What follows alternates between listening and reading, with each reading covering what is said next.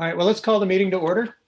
And this is the Public Safety Committee for March 18th, 2021. Welcome, everybody. And I know we have most of the legislators here today.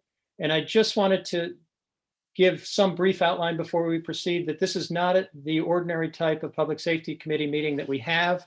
We are going to be looking at the two resolutions that are before us concerning police reform. And I know that there's a lot of public comment. And so why don't we proceed there? I see Laura Bronca as first up. Laura, are you ready to go? I am, thank you. I'm not sure I'm in the right meeting, but I'm going to try. I want to just read. You're in the right place. You're in the right place. All right, great. I want to just read a letter that I wrote personally in support of the recommendations for Public Safety Reimagined. First of all, thank you for hearing me. As someone who was involved in the community engagement process, first as a participant in an early focus group, and then as a co-facilitator for other BIPOC groups, I can say that the process was carefully designed, respectfully implemented, and has provided qualitative data that's reflected in the recommendations. I feel confident that the data from the 8 law enforcement and staff focus groups are also reflected in those recommendations.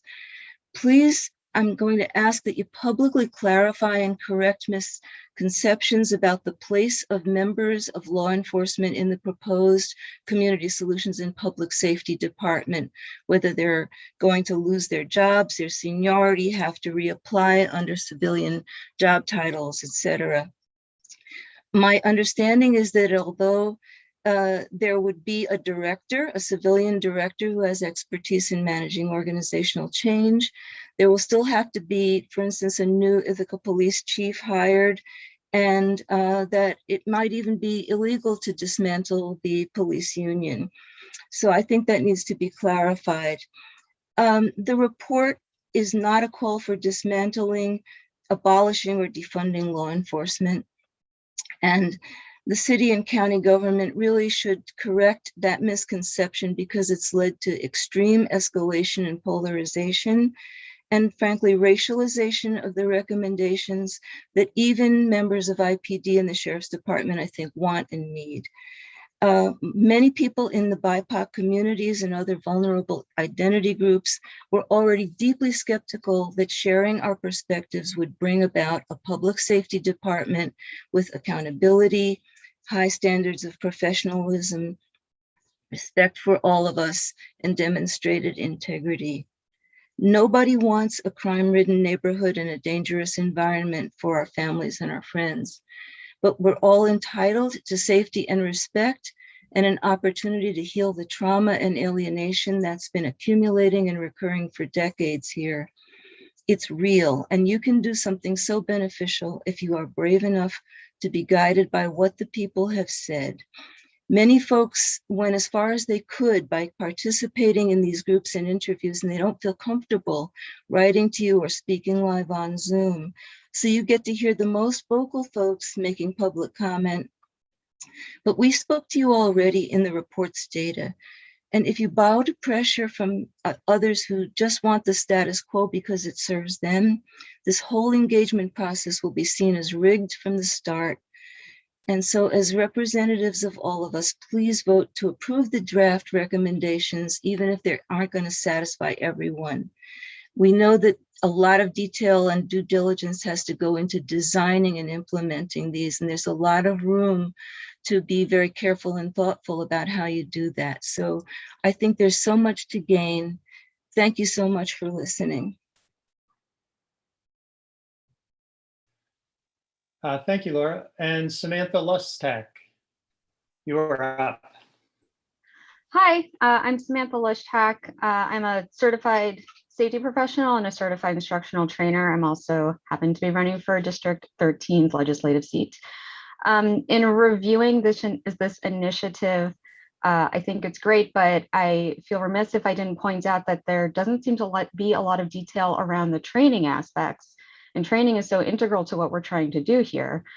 In benchmarking with other corporations and companies, and just as a trainer, I know that usually there is a 3-bid process for training. And after getting those bids, there should be a review of the success of those trainers and the safety and efficacy of those trainings. And I did not see that outlined in this draft. I did see a lot of talk about posters and educational posters put up, but those are passive and tend to be overlooked. It is not fully integrative with a behavioral safety program. In addition to that 3-bid process with the background looking into trainers, it is also not uncommon to have a cap on how many years or how many trainings one individual trainer can do. So usually 2 consecutive years with a single trainer, and then the trainer needs to be changed. This does a few things. This allows for the trainers not to get too comfortable with their students or their location. It also allows the students to feel more comfortable asking the trainers declarative questions, especially in a place like civil service or public service, where we tend to have trainers who are coming in who are veterans or veteran police officers, for example, teaching CPR, which is really common for us to see. So if you have a veteran police officer teaching CPR to current police officers, they might feel they can't ask certain questions, or that the information is being repeated with the emphasis does not change because you're never changing the trainer. So I respectfully submit that we elaborate not only on how we will go about training, but how we will select trainers and how we will evaluate the efficacy of those trainings through feedback forms that are publicly and readily available, so that we can see how these trainers were selected and whether or not the programs actually accomplished what they set out to do. Thank you very much. Thank you. Ed Levine. Welcome, Ed. Hello, everyone. Thank you for allowing me to speak. You've put me under great duress, a maximum of 3 minutes. I will try to do that, please. Thank you for the opportunity. I have some questions, or actually some concerns, some things I will gently ask you to consider. We had a wonderful meeting last night at our town board pertaining to crime concerns, and especially in Lansing, concerning the incident that happened on Friday. And also about an affordable housing project and all the misconceptions that are going on there. During the webinars today, and Martha was also there today with Tom Reed, and one of the things was that we talked about COVID relief. And one of the things that came up is the impacts of what COVID did. And one of the things that came out last night was the impacts of increased crime, also was the impact of increased strain on people with mental illness. I mean, it is devastating. The thing I would propose to hope you consider is that some of the allocation of the county money, and I don't know if we can do it at the towns and villages to donate to the county for this, because I don't know all of the rules and regs yet, so they haven't sent to us, but to consider a pilot program where you increase the sheriff's deputies patrols with some of that money. You also increase access to mental health. People have a hotline they go, just like they did for COVID, the 211, it goes right to there. So people can be guided through this, whether they are children or adults. Half the money for COVID, as we all know, will be allocated this year. And then you have 1 year, and then you get the second pot of money. Within that time, at least 1 year, if not 2, I think we can get some analysis to see if this concept works. So that would be one thing I would hope you would consider as the allocation of money comes forward, to perhaps earmark some of that for increased patrols. One thing that was mentioned last night is that there's usually 3 deputies on for the whole county. Now, for some of these municipalities that have police departments, they may not be somewhat of a concern. Lansing does not. Neither does Groton. We're finding out, especially in the villages, that seems to be more activity there. So those are things, please, to consider. The other thing is that I'm concerned about is the oversight committee on what their scope will be. Once again, from previous experience, the people that are going to be on this oversight committee, do they have the experience to make the evaluations or not? I mean, in all fairness, Sheriff Osborne is an elected official. And personal opinion is that that always should be an elected position. And the people can decide if the present sheriff is doing a good job or not, whoever that person is. So those are my concerns. Quick, do I have like 1 more minute left, Rich? Okay, I'll make it quick. Just a little history here. Unfinished. Pardon me? Okay, real quick. Yes, Pharmacists- please finish. Okay, Yeah.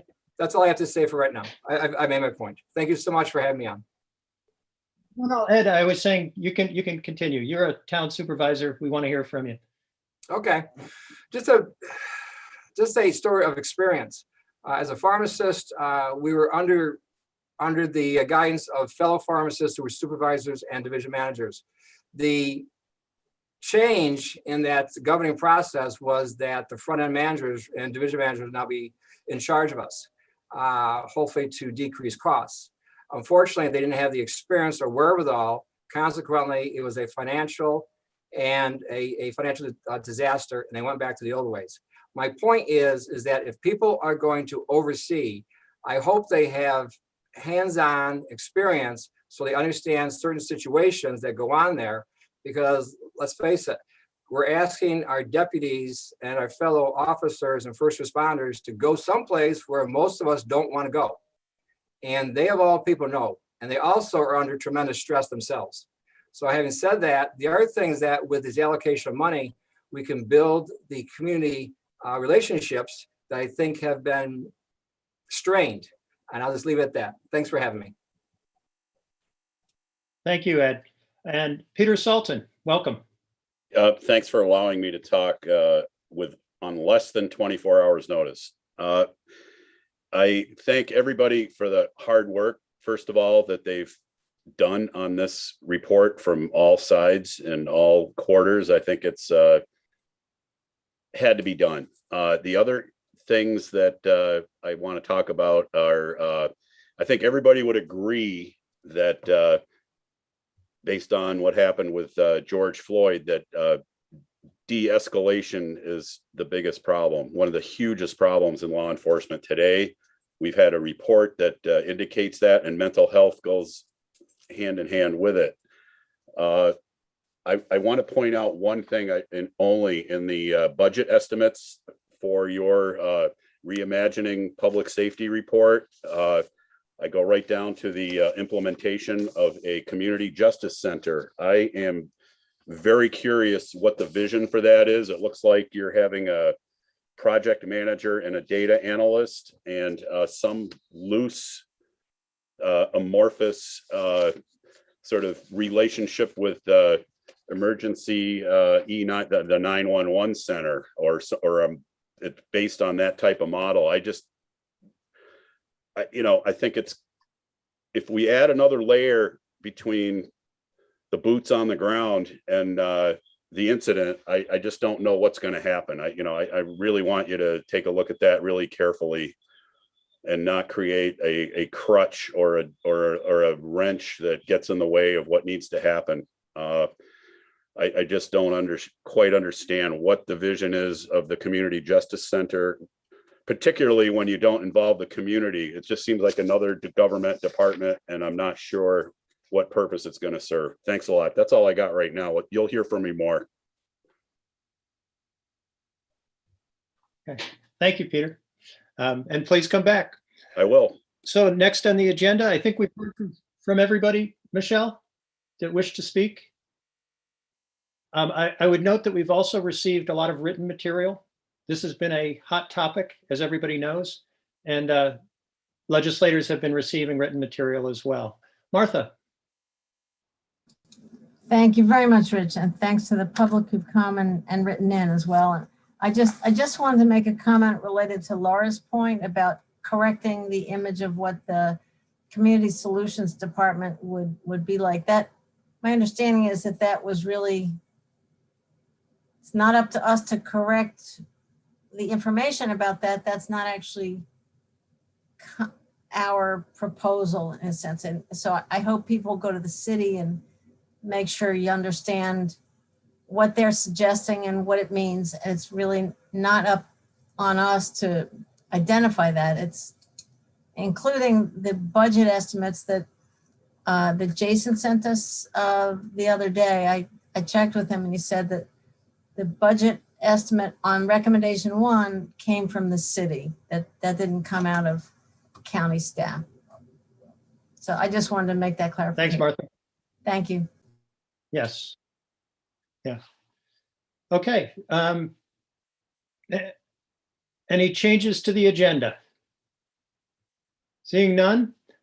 We do have just a little bit of housekeeping. If I could get a motion to approve the minutes of February 18th, 2021. Shauna moves. I need a second. Dave seconds. Thank you. Any questions or comments on the minutes?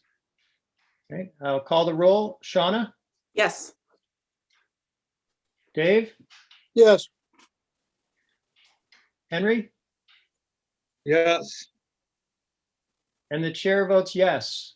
And that's unanimous. That's a good sign for today. Anyway, we'll move on. Chair's report. I would like to make a few comments. The first is to say thank you to everyone for paying attention to this issue. It really matters. This obviously has struck a chord in our community. What we're doing is very important. And it's also been a pretty difficult public conversation. You know, I was looking at what happened on the Commons last Sunday, and that was truly unfortunate that it boiled over a bit. I think to some extent, we've made it more difficult than it needed to be. Part of it is the timeline that we have to respond to New York State by April 1st. And so we're pushing a bit, which is not really the ideal way to get this done. But I think also, you know, not to dwell on it, but Martha, you talked to it, and Laura, recommendation 1 from the city, I think has created a tremendous amount of controversy. And to be clear, we will not be considering that city recommendation in our resolution. It is not in there. That's a city matter. And I would note that if you read the rest of the recommendations that we are proposing, they're really starting points. We're defining a pathway. We're not indicating a destination. And to those speakers who said we need to pay more attention to one piece or another, that's our next part of our job, is to try to be as thoughtful as we can. Say with the training, yeah, we need to make sure that that training really works. All we're doing now is committing that we are going to put a training program together. And so lots more work to be done as we go forward. And then to start, I would like to just say something to those in our audience and in the general public who may be skeptical or express skepticism about whether we need to be doing this. And there may be people in our community that are totally satisfied with how law enforcement is working for them. If you feel safe, that's good. But also if you look at government as a series of promises where people trust the government to carry out those promises, public safety, it's pretty much the most elemental promise that government makes. And I believe that if you look at how that public safety promise is carried out, it reflects and defines much of who we are and want to be as a community. You know, particularly we've spent a lot of time in the past few years on our jail. And I believe the way we've dealt with our jail is an expression of community values. So saying that, if you feel safe, then you probably believe government is keeping this promise to you. And that is good. But if so, I really urge you to go back and look at the report, the portions of the report that describe how others in the community feel. They don't feel safe. They believe the promise is not being kept. And certainly to some extent, those beliefs are informed by what we all see on a national level. You know, what happens in Minneapolis matters here and here, and it's something we don't have direct control over, but it influences the way we think about these issues. But also some are based upon personal experiences. And if you read the report, it's there. In either case, it's just not acceptable for us as a community to say it's okay for some people to not be safe. And we just, as a government, we can't ignore this claim that the promise is not being kept. So to those who may still be skeptical, I offer 3 reasons why we need to care. The first is that we need to support law enforcement, that policing in any environment, it's hard work. It's even harder in a community where individuals do not trust those that are charged with protecting them. People will not call the police when they're needed, or they'll call them late when the problem is already escalated, and they won't cooperate when the police show up. And the chance of confrontations between police and members of the public goes way up if we don't have that trust level. Every difficult encounter feeds the distrust. And trying to do something different to break this cycle is good for policing. It's good for the officers if we can do something to make their jobs easier. Second, it's a very pragmatic one, is money, right? If you pay property taxes, if you pay sales taxes or New York State income taxes, you're paying for policing services. Even if you don't see where they're being applied, you should care about efficient use of our resources. We certainly do, or we're supposed to, and here I think we are. Policing in a system where there's great levels of distrust drains tremendous amount of resources. It's more expensive and less effective at helping people and stopping real crime. So it matters from a dollars and cents standpoint. And of course, if we're talking about the cost of policing, it's connected to all the other departments that are involved in this reimagining effort. There's probation, assigned counsel, the district attorney, mental health, social services. All of these are connected systems.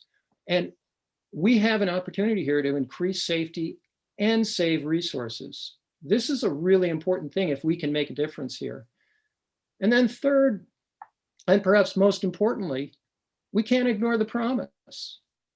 If we hope to say we are one community, this isn't a zero-sum situation, right? No one benefits if some in our community feel less safe, and no one loses if we make progress. In fact, just the opposite happens. We're all better off if all of us feel safe and protected. So if you've come to this with some real skepticism, I hope you're thinking more thoroughly about why we believe this is an important thing to do. With that said, we're going to be paying attention to 2 resolutions today. The first is the plan itself, and the second involves creation of the Community Justice Center. We will go as far as we can today. We have another meeting set for next Tuesday, the 23rd, if we need it, and we will proceed through the debate to the extent we can. I would point everybody's attention to page 17 of our agenda, where the list of undertakings are shown, the county undertakings. Again, we're not dealing with the city ones. And what I'd like to do is to first go through that list, and for all of the legislators here, see if we can just get a general sense if some of them we're in agreement on, so that we can take those off the table for now and talk about the ones where we're not sure. So if I could run through the list on page 17, and for the legislators, if you're not online or not on video, if you could get on video so I can see you on the first page, because otherwise I'm going to have trouble seeing where you're at. So the first one is a county one: better align available resources with emergency response needs by establishing a pilot program for non-emergency calls. Is there anybody who wants to debate that one or wants to make amendments? Seeing none, let's go to the second one. Require public disclosure of district attorney and assigned counsel office statistics on a quarterly. Rich, can Dan? you hear me?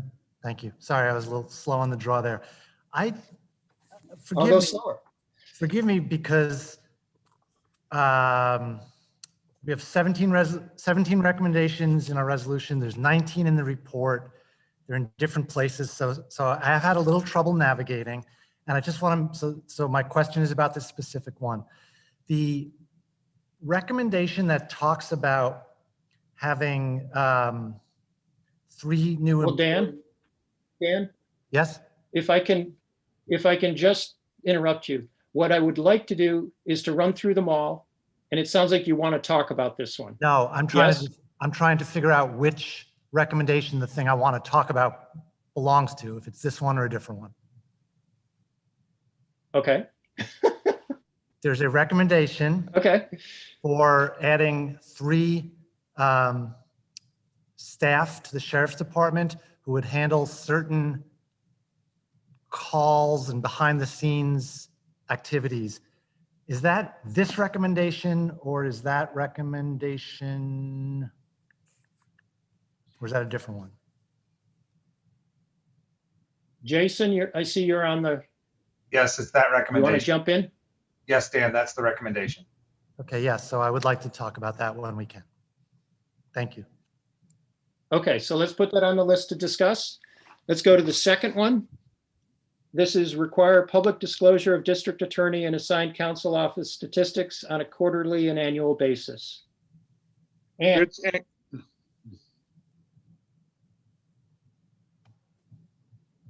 Yeah, I had my hand up for the first one. Okay. So, we are going to talk about that one, Ann. the We're going first, to come back to it. okay, Yes. Thank you. All right. Anybody want to discuss the second one? You're saying that, Seeing none? you're saying that the district attorney and assigned counsel, that one? Right. This, Yes. okay. we hear from district attorney and assigned counsel whether they both agree to that one? I can jump in. This is Lance from Assigned Counsel. We already collect a lot of this data. We're going to be adjusting our data collection to try to meet what you want. So it's not an issue for us.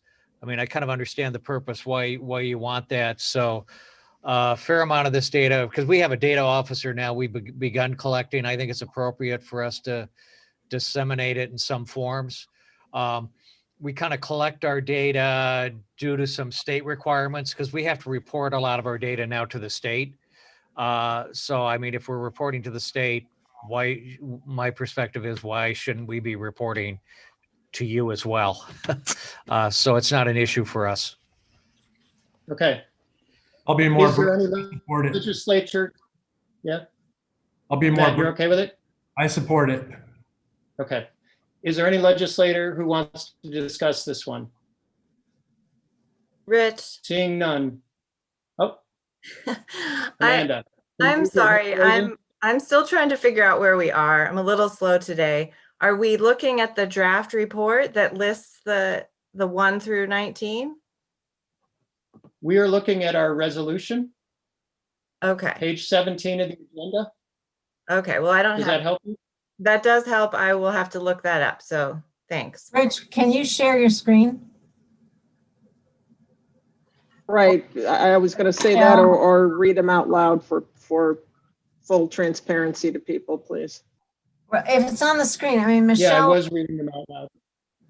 if Michelle maybe could do it, or I don't know who, because I'm trying to zip back and forth between screens. It's really hard to do. Michelle, do you want to put it up?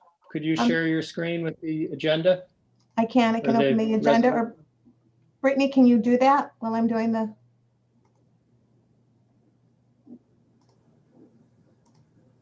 You want this resolution document pulled up? Yes. Correct. And particularly, we want the list of undertakings. Shauna, you have a question or comment in the meantime? Yeah, I just had a question in regards to the process and where this resolution fits in. So this resolution is essentially just like an umbrella statement over the process. And at some point, we will get deeper into the specifics. Is that correct, Rich? Correct. And you should have received information from Jason with budget information, estimated budget. So we're going to have to make a lot of decisions going forward to figure out how we implement these undertakings. Okay. Well, this might make it easier if we can just talk numbers. So does everybody have access to the Can it be full screen? list now? Can people be full screen so we can read it? Rich, there's a view options thing at the top of your screen, Annie. If you go up there and you click on it, then you can. Martha, I'm not talking about me. I have two screens, so I have it blown up on another screen. I'm talking about for the general public watching the video. Okay, I'm just also saying. Yeah, she's making it bigger. Participants can make it as big or small as they want on that Zoom ratio window as well. Okay. We're going to get better at this as we go through, I hope. So it sounds like we're in agreement. We don't need to talk about number 2. Let's go to 3, create a Tompkins County Public Safety Review Board. I anticipate we will need to talk about that one. Yes? Yes. Somebody raise your hand if you want to talk about it. Okay, let's go to 4. Evaluate existing models and implement an alternative to law enforcement response system for crisis intervention and wraparound health and human services delivery. Do we want to debate that one? Shauna? Yes, Martha? You Yeah, do? sometimes it's questions, Okay. not necessarily debate. Okay, well, let's put it on for questions then. All right. Okay, 5, collect and evaluate the results of officer-initiated traffic stop enforcement. I see no hands on that one. Okay, 6, identify new redesign and implement a culturally responsive training program that incorporates de-escalation and mental health components into a comprehensive response for law enforcement. I see no hands on that one. Okay. 7, develop a comprehensive community healing plan to address trauma in the relationship between residents and law enforcement. Hey, I don't see any hands on. Oh, Henry, you want to debate that one?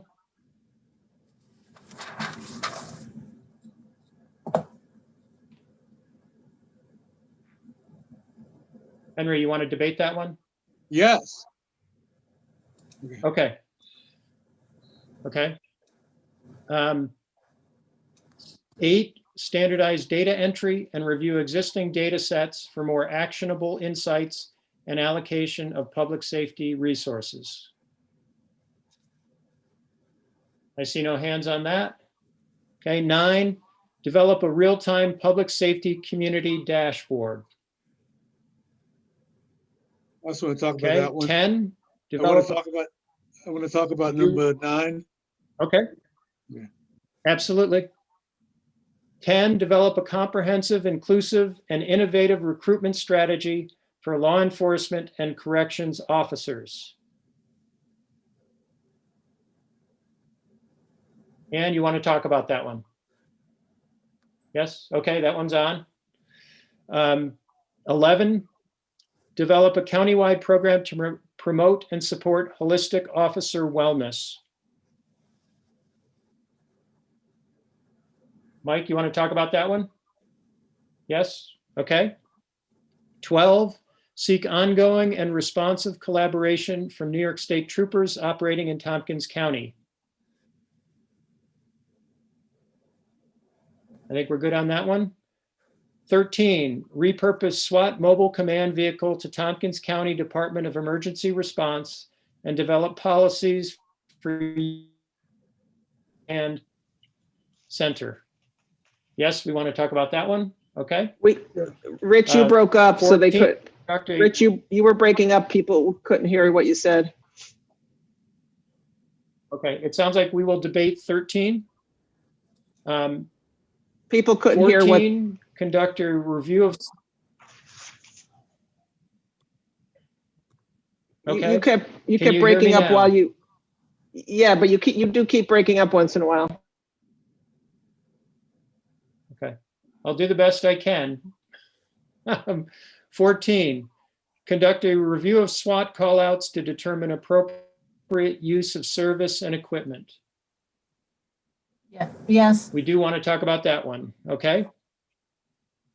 Okay, 15, revise the civil service exam process to diversify law enforcement personnel. We seem to be in agreement on that one.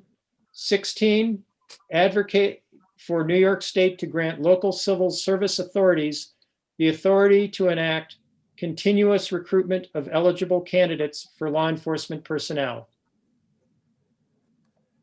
I think we're in agreement there. And 17, urge Governor Cuomo and/or the New York State Legislature to reform disciplinary procedures for law enforcement personnel on Service Law, Section 75. Okay. So let's go back to the beginning. Rich, can Brittany, I if have, you could scroll down. Rich, can I have a point of order real quick? Sure. I mean, some of us may have issues with some of the resolves as well, kind of like the second resolve. Okay. We can certainly get a list as far as we can go today. And we will certainly debate the resolves as well. Yes. Okay. Number 1, better align available resources with emergency response needs by establishing a pilot program for non-emergency calls. I believe people wanted to talk about that one. Yes, I could start. Go ahead, Dan. Thank you. So the recommendation is to hire a few staff, put them in the sheriff's department, and handle some matters that probably do not require an armed officer. And I'm fine with that idea. It's not the content of the idea that I'm in trouble with. I have a little trouble understanding how this addresses the main issue that this set of recommendations is supposed to address, which is racial inequity in policing. I think it might be a good idea to try, but there are other things that I think would fall under reforms that I would like to see that don't address the issue of racial inequity in policing. So that's my question. What does this have to do with that particular issue? I see we have Deanna Carithers with us, or Jason. Would either one of you like to speak to this? Sure, I can speak to it. I think your point isn't off, Dan. That it has several purposes. One of it was to really provide some additional capacity for uniformed officers to respond to more urgent calls, as well as be able to handle some administrative functions that are currently being handled by the sheriff and undersheriff solely as really the primary administrative folks in the organization. It's about freeing up additional capacity to be able to focus on other items. So it isn't directly necessarily related to the inequities of policing, but it does contribute towards not necessarily having a uniformed officer respond to all calls, which was a common theme that we did experience through some of the feedback we had. So, I mean, I think that's probably the gist of it. The sheriff and I have talked more about this particular proposal and just as of this morning, and felt that, there's probably more to be done on our parts to refine this further that may have a better outcome at the end of the day, but that was the general concept. So, thank you. As I say, I'm not opposed to that idea at all. I just, I still believe it doesn't really address, the underlying goal of this.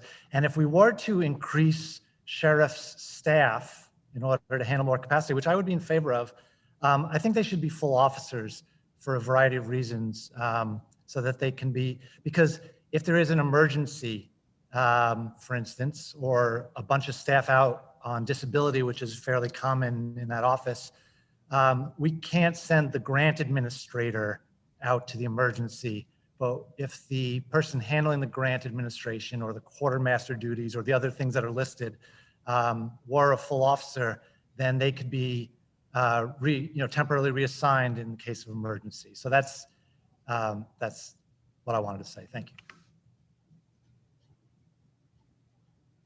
Okay, Mike?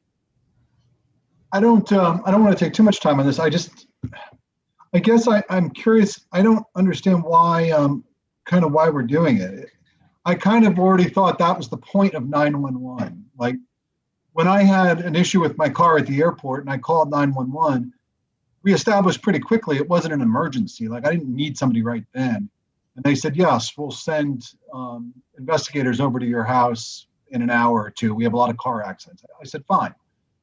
So I guess that's, I mean, if we're saying that we need to beef up 911 so that we can better disseminate what's an emergency and what's not, I guess that's one thing. I guess I don't understand how this would do that. So thanks. Jason, do you want to respond? Yeah, I think the calls need to be addressed one way or another. So whether it's with a uniformed officer at the point of call or whether it's a uniformed officer 2 hours later, it still needs to be addressed. So how this can be handled to lighten some of that load is what this was about. I would also add that some of this is freeing up capacity in the department to be able to handle some of the professional standard goals and objectives that they're interested in achieving, which would be partly the accreditation. So, being able to take some of those administrative responsibilities that were outlined off of uniformed officers, keeping them on the road, or taking them off the plate of the administrative staff, that being the sheriff, the undersheriff, frees them up to do other things. Okay. All right, Martha? I'm having trouble juggling all my documents here to remember where the notes are. This is not evaluate existing models, or is it?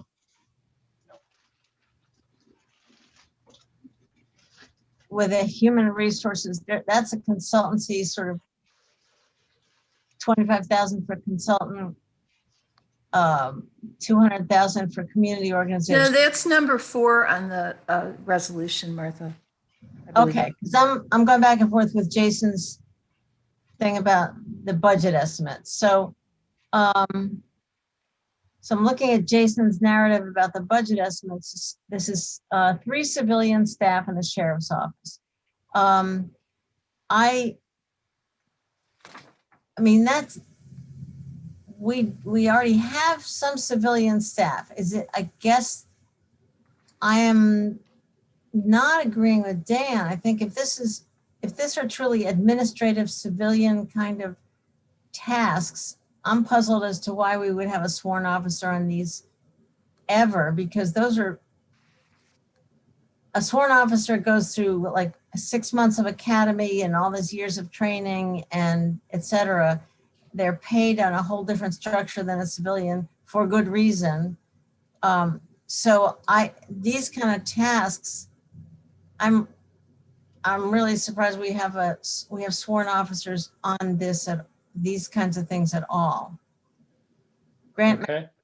Maintenance of vehicles. Is there some statutory reason some of these things have to be done by a sworn officer? No, I think it's just capacity and the lack thereof. It's just, okay. So I certainly would, see that better use of our resources is to have these done by civilians. If what you're saying is on top of the current roster of sworn officers, I guess I could debate that, but okay. Okay. Shauna, I think you're up. Yeah, I agree with Martha. I would not be for hiring armed officers. I don't think that Executive Order 203 calls for that. And I think, quite honestly, it's going in the opposite direction that we want to go in. So I would support hiring civilians for, number 1, to better align available resources with emergency response. Jason, you've given us a list of things that civilians could do to offer support in the sheriff's office, and I would absolutely support that idea, but I would not support adding law enforcement armed officers to this resolution. Okay, Deborah.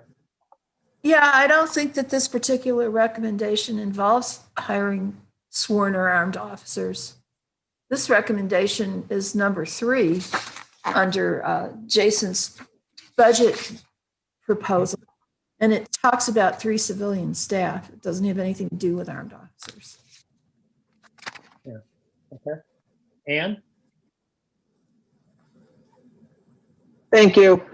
So why I wanted to talk about number one here is just thinking whatever we do here, I would like to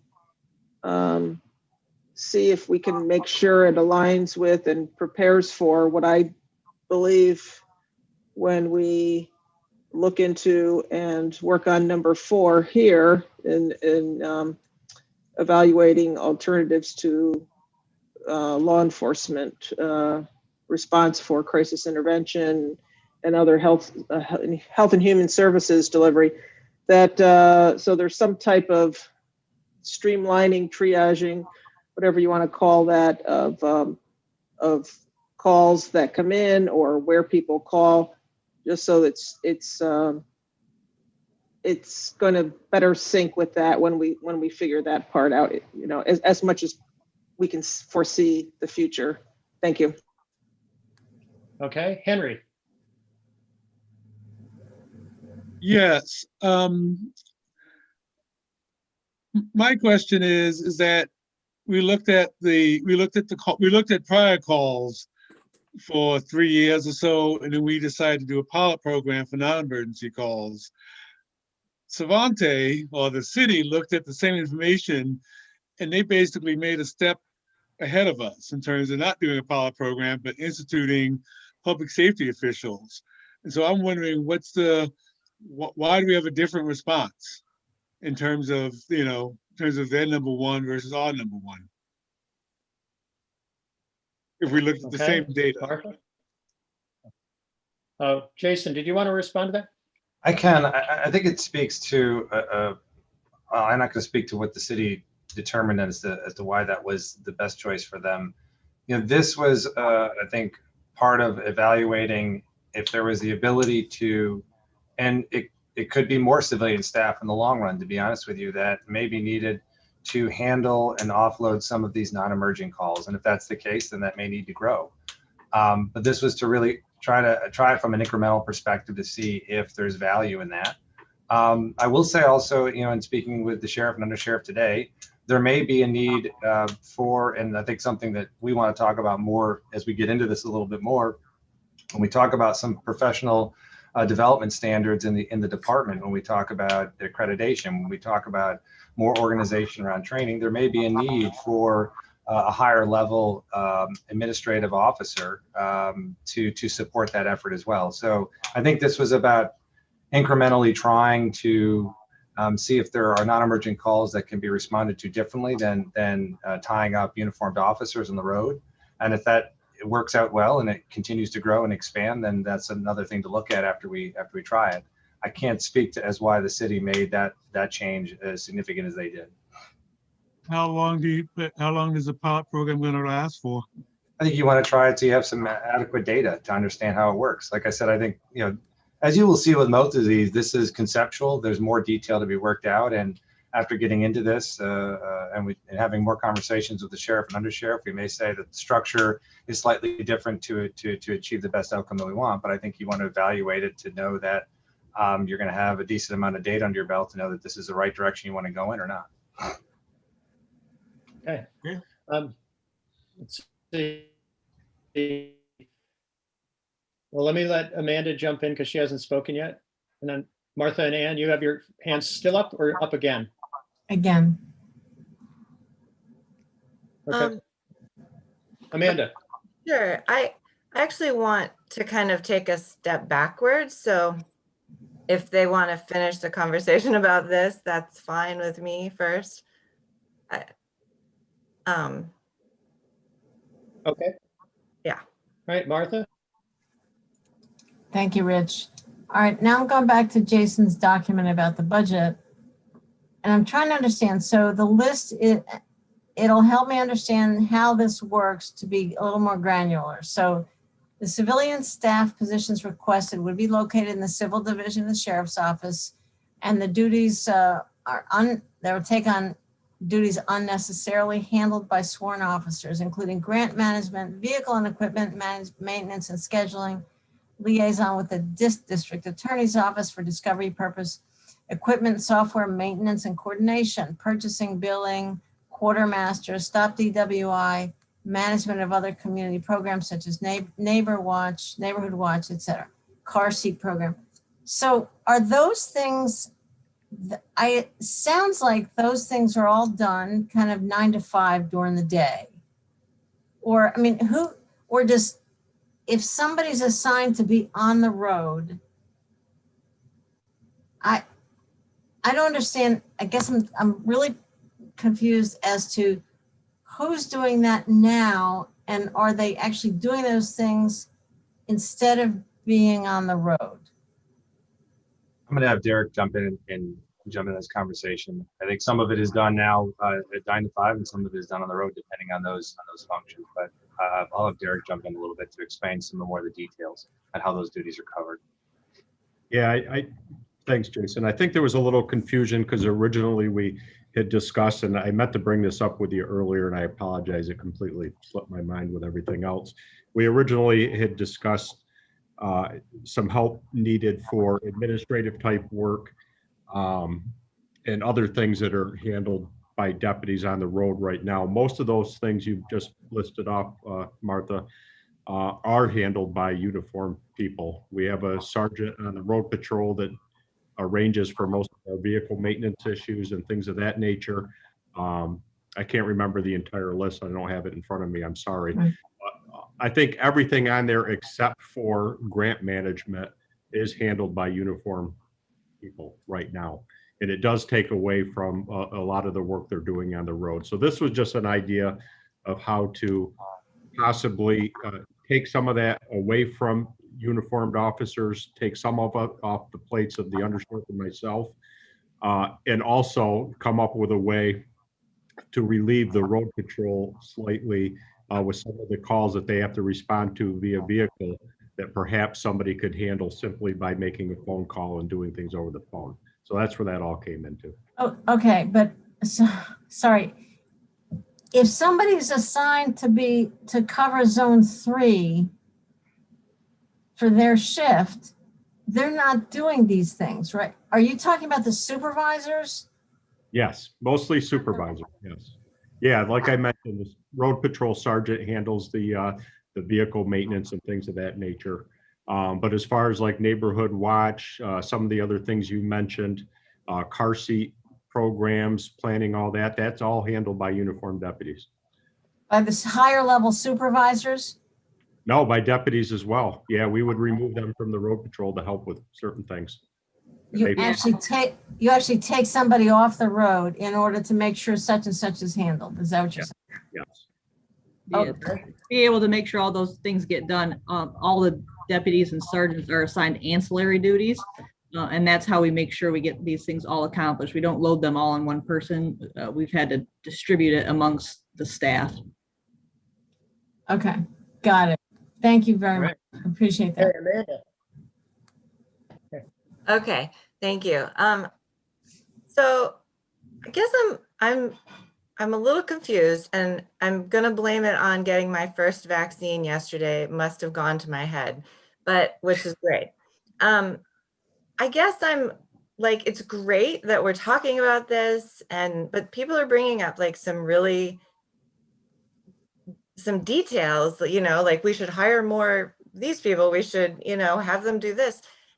But like, none of that is spelled out. Like we have this great report with recommendations, but all of that needs to be developed over time, right? Like what we're not voting right now on whether we're going to add more officers, are we? Like, I guess I'm just confused about the process. I think a big part to piggyback on that is, yes, you're right. A lot of this still has to be developed, and I think this was articulated a little bit in the budget document. Is a lot of these things would require us coming back to the legislature when these plans are more fully developed to be able to implement with more understanding of details. Yes. So I guess I feel like I just want to know the sort of bigger intention behind each of these recommendations and whether that's gonna align with what, I believe the people I represent want. So, I think it's good to understand how the sheriff's department works and get all of that information, but I guess I worry that I'm not quite understanding, or we're gonna get really bogged down in like these little details that need to be figured out later. So I don't really, yeah. Yeah. No, you're absolutely right that there's tremendous amounts of detail we could get bogged down in. But what we're really doing is setting a plan. And I've said it over and over again, it's a pathway, it's not a destination, because we've got a ton of work to do. And one thing we do not want to do is lock ourselves in saying we have to do it, all right, because we said it in our plan. What we're saying is that we're going to really look at this. We're going to look at the budget implications. We're going to look at the feasibility, the logistics, and all of that will come back to us again. Right. Okay. So thank you. What we need, as I see it, what we need to decide today is this a pathway we want to go down? Yeah. Does that help? Yes, definitely. Okay. I just needed that clarification. Okay, Deborah and Shauna. I think, Deborah, you're next. I don't know that it makes much difference, but what I really want to do is follow up on what Amanda said. I think maybe it would be helpful if we could just discuss, regardless of what the statement of the undertakings are, once we establish this CJC, I mean, what is that procedure going to look like? Are they going to make recommendations to the legislature and the city council? Will they need to seek approval for, the substance of their recommendations, as well as the budgeting appropriation to implement them? And if that is in fact the case, can we keep our discussion of these undertakings on a 30,000 foot level and maybe save some time? Yeah, I think Jason, do you want to respond to that? I'd be happy to. Thank you, Rich. I'm sorry for butting in. I think you're right on point, Deborah. I mean, the Community Justice Center is, and some of the questions, one of the public comments was, what is the role here? The role of that is to put human resources behind facilitating and coordinating the different departments, the different agencies that will be brought together to fully develop and kind of, in a sense, project manager was the term used to manage different partners in these recommendations. And some of them will involve different departments in the county and the city and different agencies. Some will be more involved than others. But the real focus is to, this is not another ancillary duty. Kind of interesting what we were just talking about, ancillary duties to our normal work, right? This is a dedicated staff to helping coordinate these efforts so that the momentum can continue to move forward. You have constant human resources focusing on it, and details such as this first one in the resolution. I'll be candid. The outcome or the ultimate recommendation may look differently than the concept expressed here. And frankly, it probably should, because it would allow us to really get into the hard details of what was put together. Not to blame this by any means, but time constraint was a determining factor of putting things together. And I'll be the first to acknowledge that. And I think being able to refine them further is an important piece of the puzzle. And so that may look slightly different than what's being here, but that's the primary focus of the Community Justice Center, is to really put that human resources behind it, work with the parties and the different departments and agencies and entities that are tasked or that have responsibility in it, and then try to facilitate what that implementation and that ultimate outcome is. Okay, Shauna. I actually agree with Deborah and Amanda, and I see this in these 17 recommendations is more or less like our vision. And I am very comfortable with all 17 of them, and I will support this resolution. And I figure, we are going to work out the kinks. There has never been anything before this board that we have not talked to death. So there is no doubt that we will probably end up talking this to death too. I have faith in us. But please not today. I certainly have faith we will talk. Yes, Henry. Yes, I do a more 30-foot look at the recommendations or undertakings. And again, it talks about a pilot program for non-emergency calls, not for ancillary sheriff duties. Am I confused about what the focus of this number 1 is? The narrative does talk a little bit more about other duties, Henry. It may not be worked into the title, but the narrative doesn't involve that. And so this is basically the unarmed people, unarmed public service workers, which is in Savante's recommendation, basically. I'm not gonna pin on whether it's like or not like the cities. So I know I can pin on what we're talking about. Okay, but we're talking about basically people to deal with, like, would wellness checks be a position, an item that would not send a non-emergency call? It could be, depending on the circumstances. I said, I think we're getting into a detail here that I don't know that I can speak to. So I think the intent is to understand, is there a non-emergent response that can be done? You know, this was identified as a pilot. It could be 3 times the amount of staff in order to do that successfully, to be frank. We're not at that point yet, but I think this is about conceptually, going in this direction and understanding, is there an ability to do a non-emergent response that ultimately will free up uniformed officers? Okay, thank you. Okay. Yeah, we need to try to get through this if we can and move to the next. But Martha?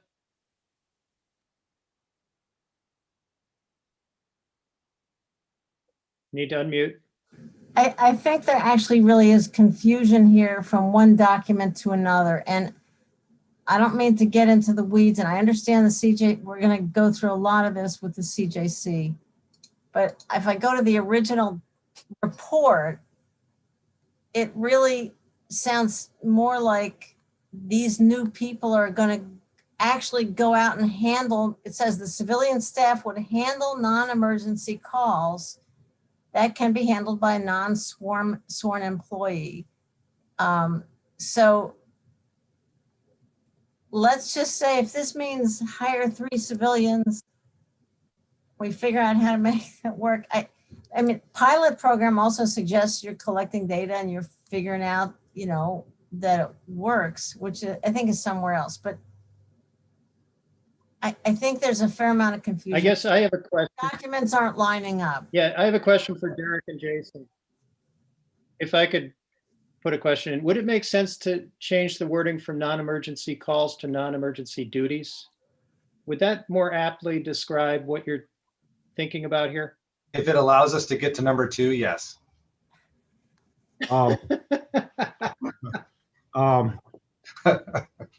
Sorry. Yeah, I think our original discussions on this weren't for non-armed, non-sworn people to go out and physically handle calls. I believe our discussion was to be like a triage type unit that could handle calls over the phone that don't necessarily require a limited number of deputies to have to physically respond to, whether it be a car deer accident, whether it be a not active dispute between neighbors, things of that nature. That was the original discussion. Okay, look, and the terminology call, Martha, you may be thinking that every call requires a physical presence. Yeah. And correct me if I'm wrong, Derek, every call does not require a physical presence. Right, and we actually learned a lot of that through COVID, where we started trying to handle some calls via telephone instead of actually physically responding to. That's where that okay. came. So the report itself, pages 66 and 67, say this, would be 2 civilian employees for this unit, 1 on day shift and 1 on evening shift.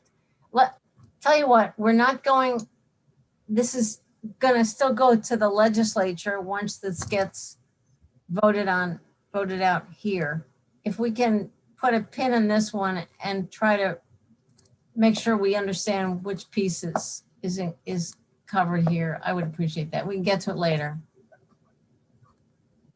Okay, Dan?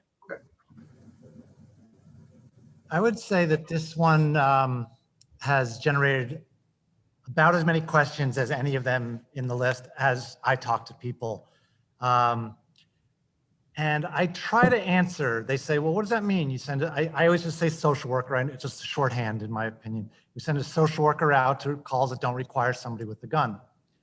And they say, well, like what? And I try to give an example and they say, really? Is that, And so what would be very helpful to me is if the sheriff could generate a list of the types of calls that this might be appropriate for. There were some examples in the report, but they were kind of scattered in different places, and I wasn't sure if they were generated in the city part of the recommendation. So there's something there, but it would really be helpful to me to see a list like that so that I could explain to people what this is. Sheriff, is that something you think you could do? Yeah, absolutely, Dan. I can get that for you relatively quickly, and I will work on that. I think the idea was, we all know a couple of years ago, I asked for more deputies. This was a way to try to alleviate the pressure on the road patrol without necessarily asking for more armed deputies. This was a way we thought that maybe could be a backwards way of helping us both out and giving the public what they need. So yeah, I will work on that list of calls. That's pretty easy to do. Thank you very much. Hey, Ann? Thank you. Let me see if I can remember my comment. It was about budgeting. That's what it was. So we've mentioned personnel and a little bit about budget. Has the budget proposal that Jason and other departments draft, or maybe it was only Jason, but anyway, that draft budget publicized? Because I've had some questions about that because we've referenced it. I think the budget document is on the website, if that's what you're asking me, Ann. It was shared with the legislature and the Common Council, and it's been put on the website. What website? The county web. I'm sorry, Deanna. It's okay, Mr. Chime in. We have the Reimagining Public Safety has a website with all of since last August. It has every single forum we've had, contracts, every single document that we produced. And so I'm going to put that document in the chat for everybody to share. But there's also, when you go to the website, it has the first, thank you, Dom. It has the report to download with the appendices. It also has the FAQ that we released last week, and it also has the budget estimates. Okay, so that's where the budget estimate. Okay, thank you very much. Okay, Mike Sigler, did you have a question? I saw your hand up and then it went away. You're on mute. It's not really a question. I'm actually typing right now into the box. I'm just wondering if you're looking for something to pass today, if there's stuff that's real controversial like this one, not even controversial, just stuff that people have a lot of questions on, we can remove those, basically move everything that so far has gotten pretty universal support. And we don't even have to pass those by April 1st. I mean, we've got enough already. We've got enough meat already to submit something to the state. And then these other ones. So if we feel like we're being pressed up against a deadline, we're really not. It's a self-imposed deadline. Is that a pretty good way to phrase this? Perhaps. I think we're not at that point yet, but we might need to do that. Jason? I would just add that, and I know the budget document says one thing about this. One thing I would add to that is that these requests for funding still have to come back to the legislature in separate actions and requests. So, that to me is the ultimate implementation of it after planning and thought has been put into it. So, that's just one thing. There's another step or another bite at this apple, so to speak, to make things turn into reality, and that is putting the work into materializing it and then bringing that back to the legislature to be funded. Yeah. So at this point, Mike, I would favor, let's see how much of a plan we can develop. I know it seems tedious, but let's see where we can get. But if we can get through this and move on, it seems like we've talked through this, but Henry and Ann, I see you have your hands up again. Henry? Yeah, I want to talk about the overall process. Like one question I have is about Ann's request that we not vote on this before the Common Council. Is that dead on arrival? because of the timing. Well, can we focus on what's before the group right now? We're certainly going to talk about results, talk about overall process, but can we stick to what's in front of us, please? Okay, the other thing is, do Would that we be need okay? do we need to pass a resolution out of this committee to approve it on the 30th? Can't we just put a resolution in on the 30th and then pass that? Why do we need a resolution out of this committee? Well, that's standard process. So we'd like to try to follow standard process if we could, I guess. It could be a member filed but- resolution too, Ann? right? My It could be. hand, You're right. my hand was still up. Is somebody not taking our hands down for this committee meeting? Go ahead. Okay. Do we have to take our own hands down for this meeting? If you can, yes. Okay. Okay. You should, I would propose that we try to move on. We can come back to this on the 23rd, and certainly again on the 30th if we need to. But it seems like we've talked through this one pretty thoroughly, and I think we're going to get back to it on number 4 in any event. Martha. Yeah, for Annie's sense of transparency in the chat, I just wrote that I support this. It doesn't sound like a pilot program to me, but I'm happy to support it and have it worked out. Okay. All right. Number 2, I believe we agreed to. And 3, there was a request for debate, create a Tompkins County Public Safety Review Board. Who would like to do that? Dan, you go first. Thank you. So I read over this one a number of times, both in the 98-page report and then in the sheriff's comments. And I read it over many times because it seemed to me this is one of the ones that the sheriff, there's only maybe 2 in the whole list of recommendations that the sheriff seemed the least comfortable with, and this was one of them. So I read both versions many times trying to really get at what the difference was, and it's not clear to me what the difference is. The sheriff has said, of course, Sheriff, please say, if I'm saying something wrong, please correct me. The sheriff has said that he campaigned on a promise of creating an after-action review board, and that he's in the process of pulling that together. That's an ongoing process, and that he would like to see that happen. And then, but it's not clear to me what exactly would be different from what the report is recommending. So that's where I'd like to start with understanding better what it is we're recommending, what it is the sheriff would like to see maybe instead. Thanks. Jason or Derek, do you want to try to answer that? Yeah, thanks, Dan. I think the only differences we had is I was looking to pursue this as a community forum or group that I would work with through the sheriff's office, whereas the plan, I believe, placed that under the legislature. That was the only difference that I can think of offhand. But again, I mean, this topic here, I mean, there's a lot of things that are going to have to be discussed and that go into play with this. And, we really haven't gotten to the point of all the details like we haven't done a lot of these. So I'm not convinced that we can't work through this as the process moves forward.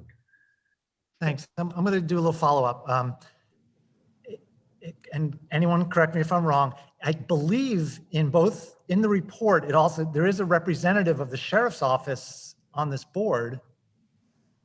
No? No, I don't believe that was in the report. I would agree with Derek on this. So I view that there's distinct differences, I think, with this.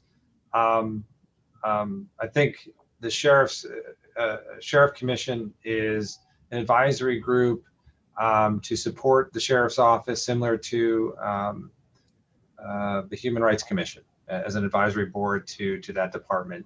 The Public Safety Review Board was intended to be more of an independent body similar to the Ethics Advisory Board that would review certain types of actions or specific actions or outcomes. This spilled from some of the public feedback of transparency and accountability. That said, to Derek's point, the recommendation is, should this be evaluated further, and should there be consideration for an independent body to do this? Because I think there are questions around authorities of these types of review boards, particularly in this instance where you have an elected sheriff versus an appointed police chief. So this recommendation was about having a conversation around an independent body that has the ability to look at use of force instances or misconduct issues. What is the lines of authority they can or cannot have, and is that something that wants to be considered by the county or not? There's more research and really in-depth review that needs to happen before such a thing can be established. To Derek's point about a sheriff commission, and correct me if I'm wrong, Derek, I think that is something that has probably less of a review from a legal perspective and a context perspective, because I think it was intended to be an advisory board in the sense of supporting and reviewing operations alongside with the sheriff, similar to any advisory board that we have in a department. I use the Human Rights Commission as a supporting entity that supports the Office of Human Rights. COFA has an aging board that supports it. The planning department has a planning board that supports it as well in an advisory capacity. I'm going to follow up with one more thing. So also, I believe in both the report and the sheriff's comments on it, both say that the membership of this committee, board, commission would be appointed by the legislature. So I guess I'm really glad to hear the sheriff say that he doesn't see a big conflict here, a big difference. I just wanted to clarify all that. This was the important part of this one to me. So it sounds like we're on good common ground here. Thank you. Thank you, Dan. Deborah? Yes, thanks, Rich.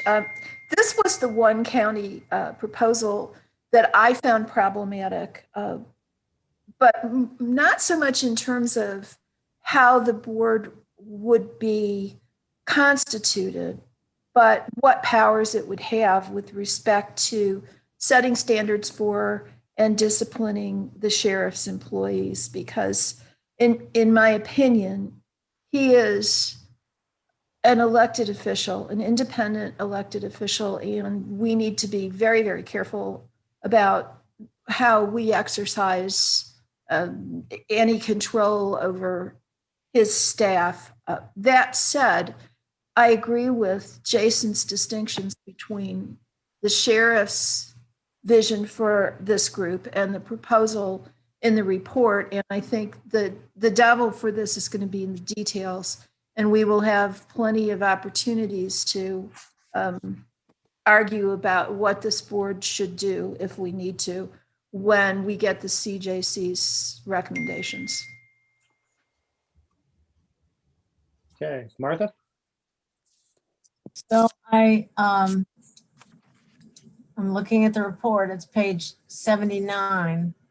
Tompkins County should evaluate the institution of a resident review board to review and or investigate law enforcement officer misconduct and issue recommendations for discipline and or other findings to the sheriff. So that's sounds, I will say, sort of more weighty and specific than all of our many advisory boards. The Planning Advisory Board doesn't evaluate the staff in the Department of Planning and Sustainability and advise the commissioner on discipline, human rights, you know what I'm saying? So I just so we're all not approving the report, Martha. We're just this undertaking. We're not approving the report. No, we're not. We are not. Okay, I just want, I guess I want to make sure the public isn't any more confused than necessary than in what the difference is between, or what's about So, Martha, if I could Yeah. respond on this. This is one where this has prompted all of the email messages back and forth about what is New York State authority and law on who sets policy in this area. And it's really, really hard to determine. On it is the legislature has a policy responsibility here. However, if we want this to work, as Derek has said, we come to some workable agreement on what is a reasonable approach to get this done. And again, I think we need to stay at the 30,000 foot level. We are not committed to what's in the draft report. That's Okay. one idea. I think we have to pressure test it. We have to make sure there's agreement and alignment. And all we're doing today is saying, do we want to try to do that? Is my view. okay, Sorry. Jason. got it. Thank you.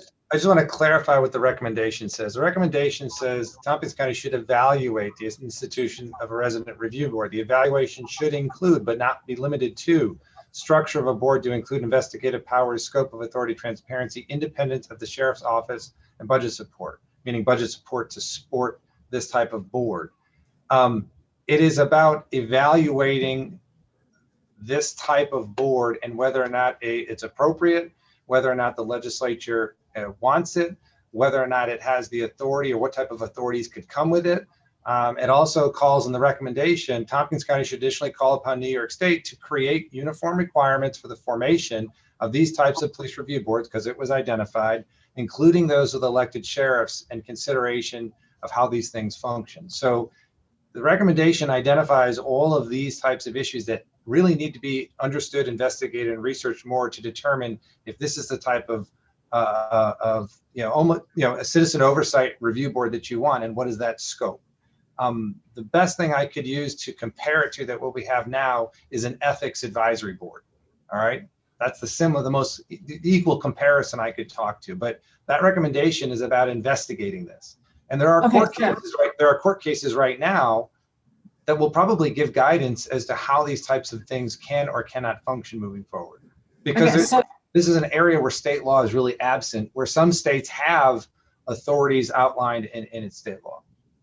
So would it be more true to the report, although I know we're not the spirit of the report, to say, evaluate creating a Tompkins County Public Safety Review Board?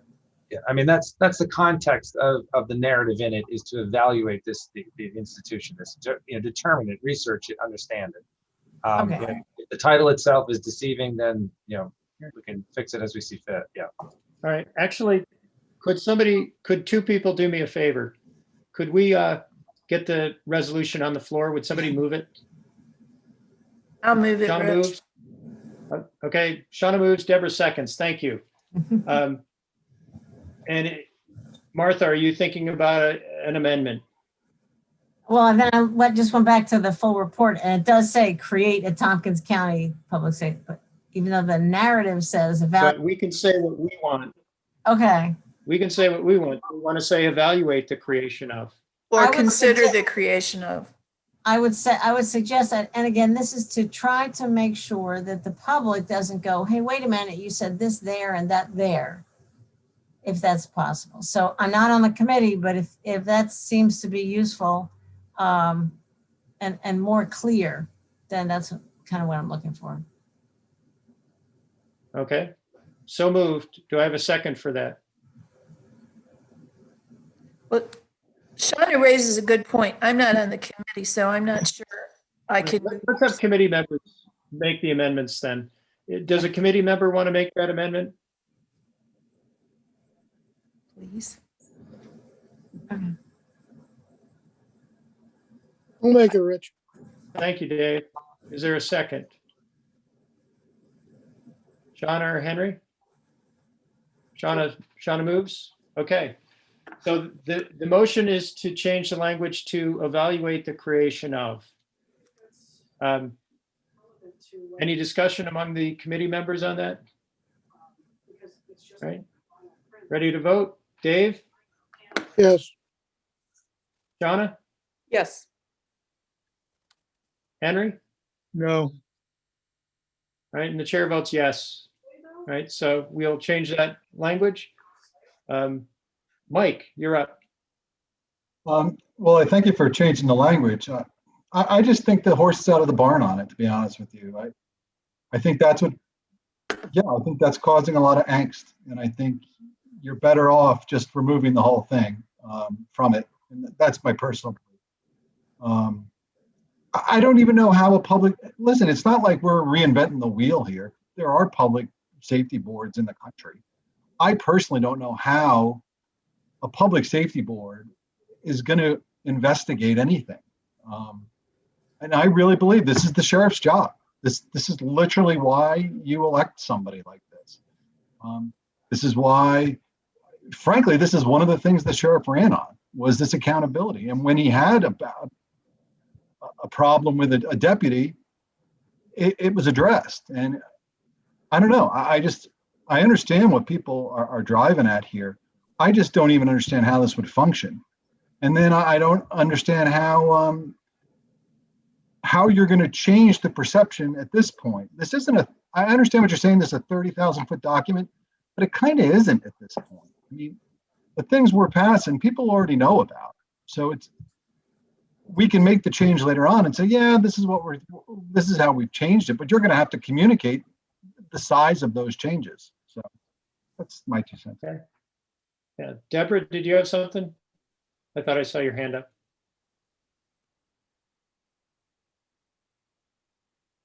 No? Okay, Dave. Yeah, I think the sheriff has the ultimate final say in this as to what would happen. I can see a discussion between a review board and the sheriff, and then the disciplinary portion of it would go to the sheriff. So that's my 2 cents. Okay. Well, for clarity, Dave, are you saying create a board, but more better define its powers, or don't create a board? I guess I don't have a problem with a public review board, if you will, or even a legislative review board, which is basically what public safety is doing anyway. But, ultimately, sheriff being elected, he needs to have control over his personnel. And I don't think that we should specify, or somebody should specify, what he does. Okay. Okay. Anybody else just to speak to this one? Rich, it's Right, and I Michelle. think we're up to number. Oh yeah. Could we have a seconder? Michelle. Could we have a seconder to the resolution that's a member of the committee? Yeah, I thought Dave moved and Shauna seconded. Is that right? Yep. No, That's right. I had that on the amendment, but not the motion to move the resolution. I had Deborah Dawson. Oh,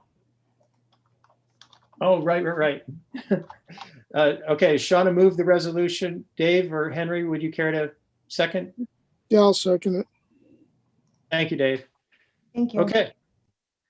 All right. And let's see, we're up to number 4. Evaluate existing models and implement an alternative to law enforcement response system for crisis intervention and wraparound health and human services delivery. Dave, your hand is up. Did you want to talk to this one, or is it just still up? I'm sorry, it's still up. Okay. This one, I believe there was an indication people did want to speak to this one. And given our discussion of number 1, does it make sense to have some discussion here to make sure we understand how they're different?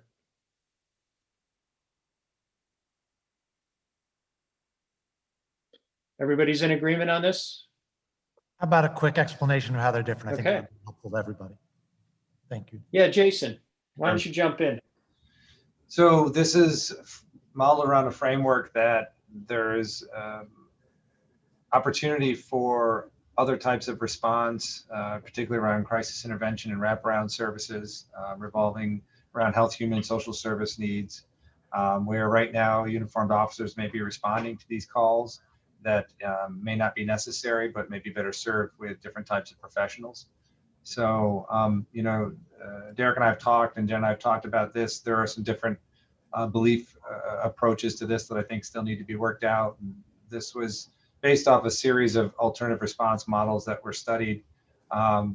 One being a CAHOOTS model, which is done in Eugene, Oregon, where you have a nonprofit that provides a non-uniformed response, many times in co-response with law enforcement, sometimes without. And that's what this was wanting to look at further. Is there an opportunity here that can better serve community members' needs that may not need a uniformed response, may need a co-response with uniform, but also may be a better alternative than a uniformed response.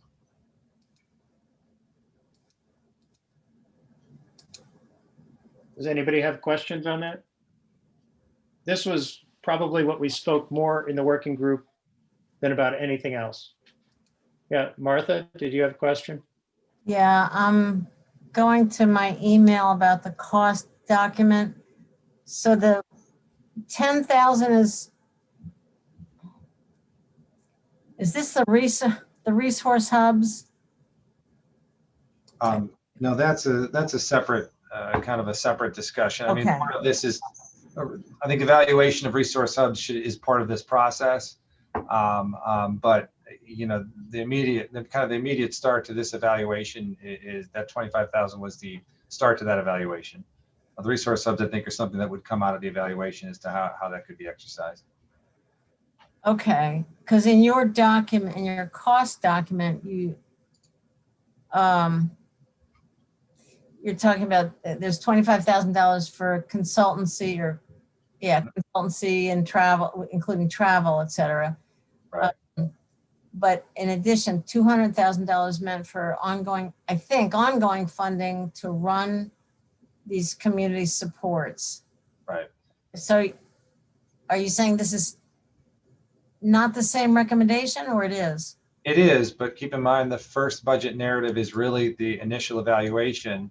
The second budget request is an estimation of what may come from that with respect to the community hub. So the initial request is not going to be for 200,000. It's going to be for 25 as we evaluate this as an option. Okay, I got it. All right, thank you. Deanna, did you have something you wanted to add? I see you there. No, I just was in support of responding to the question, but also the heart of that second part of the alternative is how we invest in our community in their own ingenuity to be able to support the work.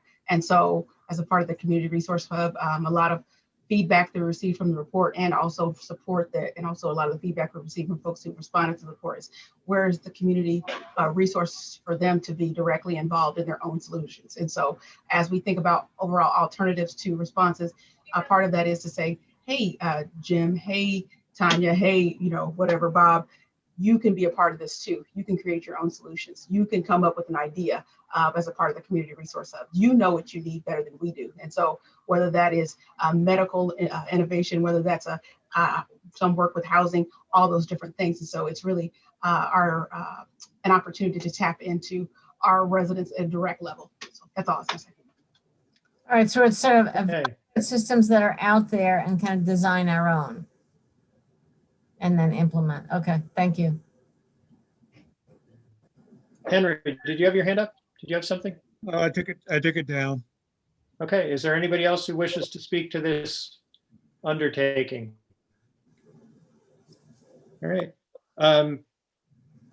I think we're up to number 5, which I believe there was agreement on. Is that correct? Michelle, Yes. what's the next one that people wanted to talk about? 7. Let's go 7 then. Develop a comprehensive community healing plan to address trauma in the relationship between residents and law enforcement. Who would like to speak to that?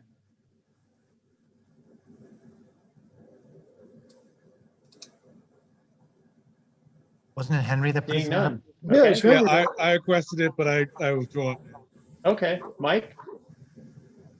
I don't have an objection to it. I just don't know what it means. So, I I guess it'll be interesting to see what this looks like when it's all put together. Okay. All right.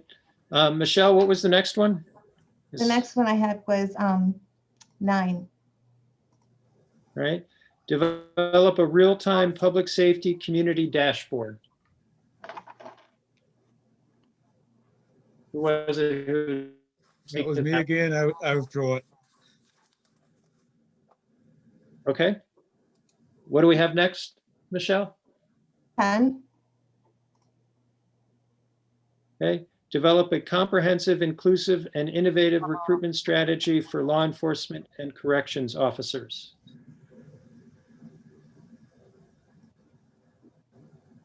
See, I've got Ann Thank you. and Mike. I would like to put in there, I guess it could be an amendment. Okay, now let me find it again.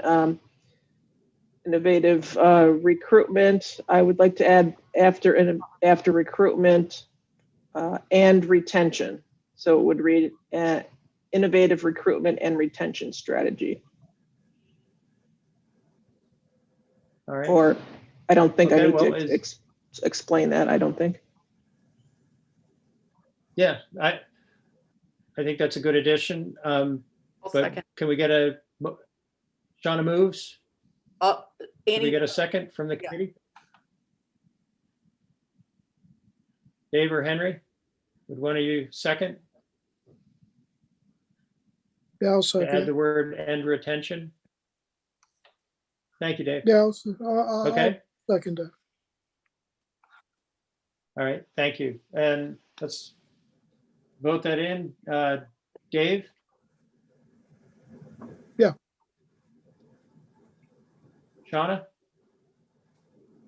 Yes. Henry? No. And the chair votes yes. So that passes. So that amendment is in. Okay. Ann, did you have anything else?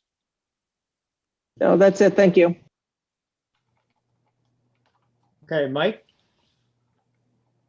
Isn't this kind of determined already by the civil service, and that's why we're trying to get the civil service stuff changed?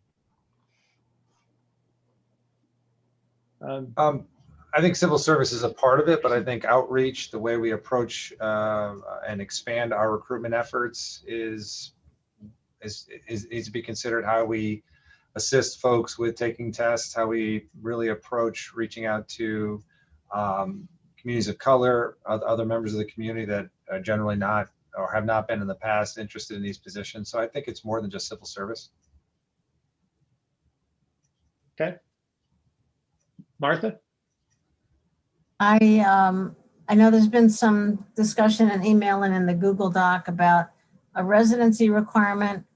And I think I would like it to be in the hopper here to consider, doesn't have to be in the language, but to consider incentives for residency. Requirement may not be effective anyway, but maybe incentives for residency.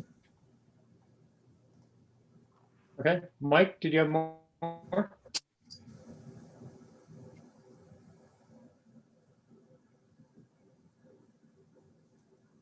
No? You okay? All right. Anybody else want to speak to this one? Okay. What was the next one, Michelle, that people wanted to discuss? I had 11. I was unsure. Okay. Develop a countywide program to promote and support holistic officer wellness. Who wanted to speak to that one? Mike? Go ahead. I just wanted to ask, because I see this in every document, and I don't know what this means. Maybe I should. I don't know what holistic means. Like I have a general premise of what it means, but I guess I don't know what it means in the context of police officers. I mean, obviously, I support this. I just I find that to be a Jason, Deanna, or Derek, do you want to respond to that? Jen? I can, Jason, you want to go or I can help? All right, you can take a shot at it. Oh, sure. So some of the feedback that we received from law enforcement and community members was that officers were overwhelmed and they felt like they didn't have peer supports. And so just beyond just saying you go to the employee assistance program where you don't have anywhere to go, we stay holistic. It's for us to better understand what the needs are in terms of law enforcement and develop a program based upon some of those things, from a process to dying perspective.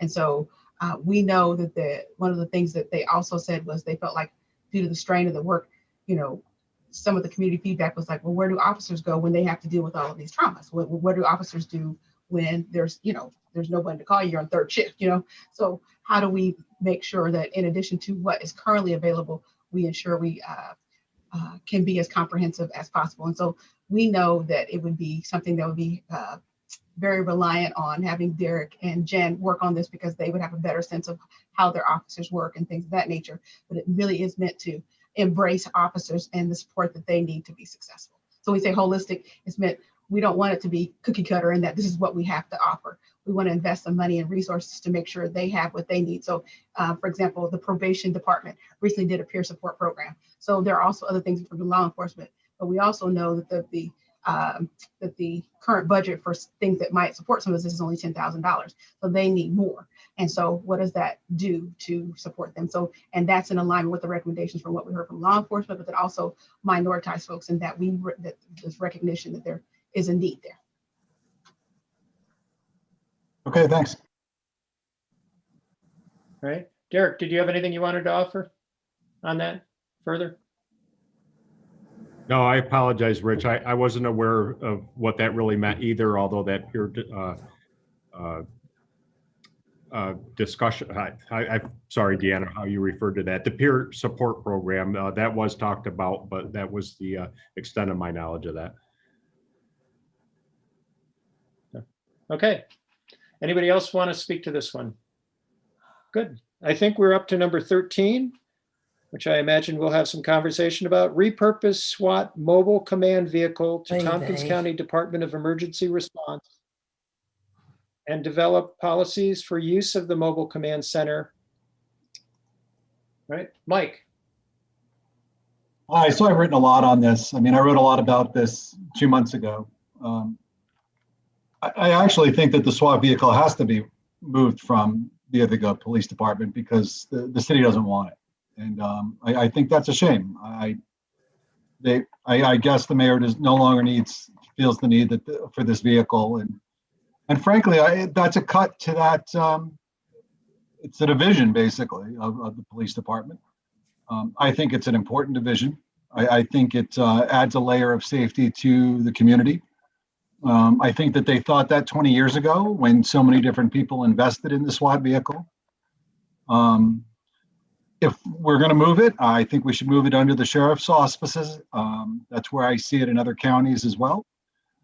I don't mind a repainting. I don't even mind a renaming, but I think that it's basically a law enforcement vehicle and should remain as such.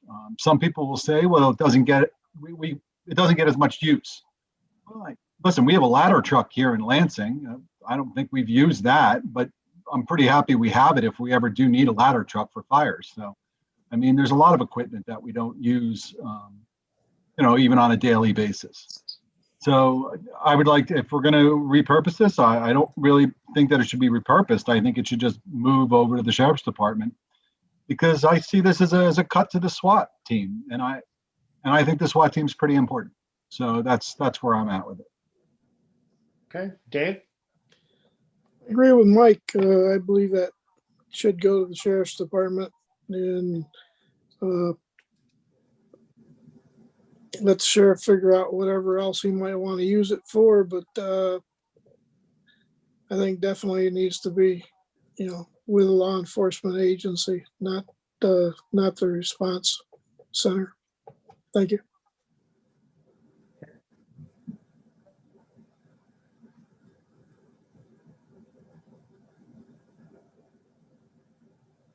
Martha?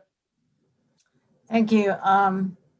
Well, I raised a bunch of questions about this and, I think, Jason, you should know that when you finally pick up the phone, that's when you really convince people. So I encourage you to do that more. Jason called me before this meeting and clarified a bunch of things. I get this now. I do. And I think that I don't think it should go to the sheriff's office. I think I understand better how it would be meaningful and helpful in emergencies that don't get a law enforcement response, but where we really do need a place, out of the weather, communications equipment, where we are going to be there for a while and have to have people respond and work together. And Jason, I think, should explain it. I can explain it better than I can. I understand that, the cost, it seems like however you slice it, the cost to actually operate and maintain it are relatively little.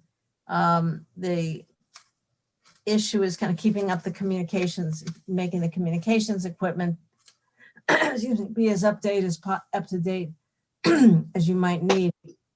So I think that I can support this now and leave it at Dewar, or move it up to Dewar. Ann. Can Jason explain the things that Martha was just saying there?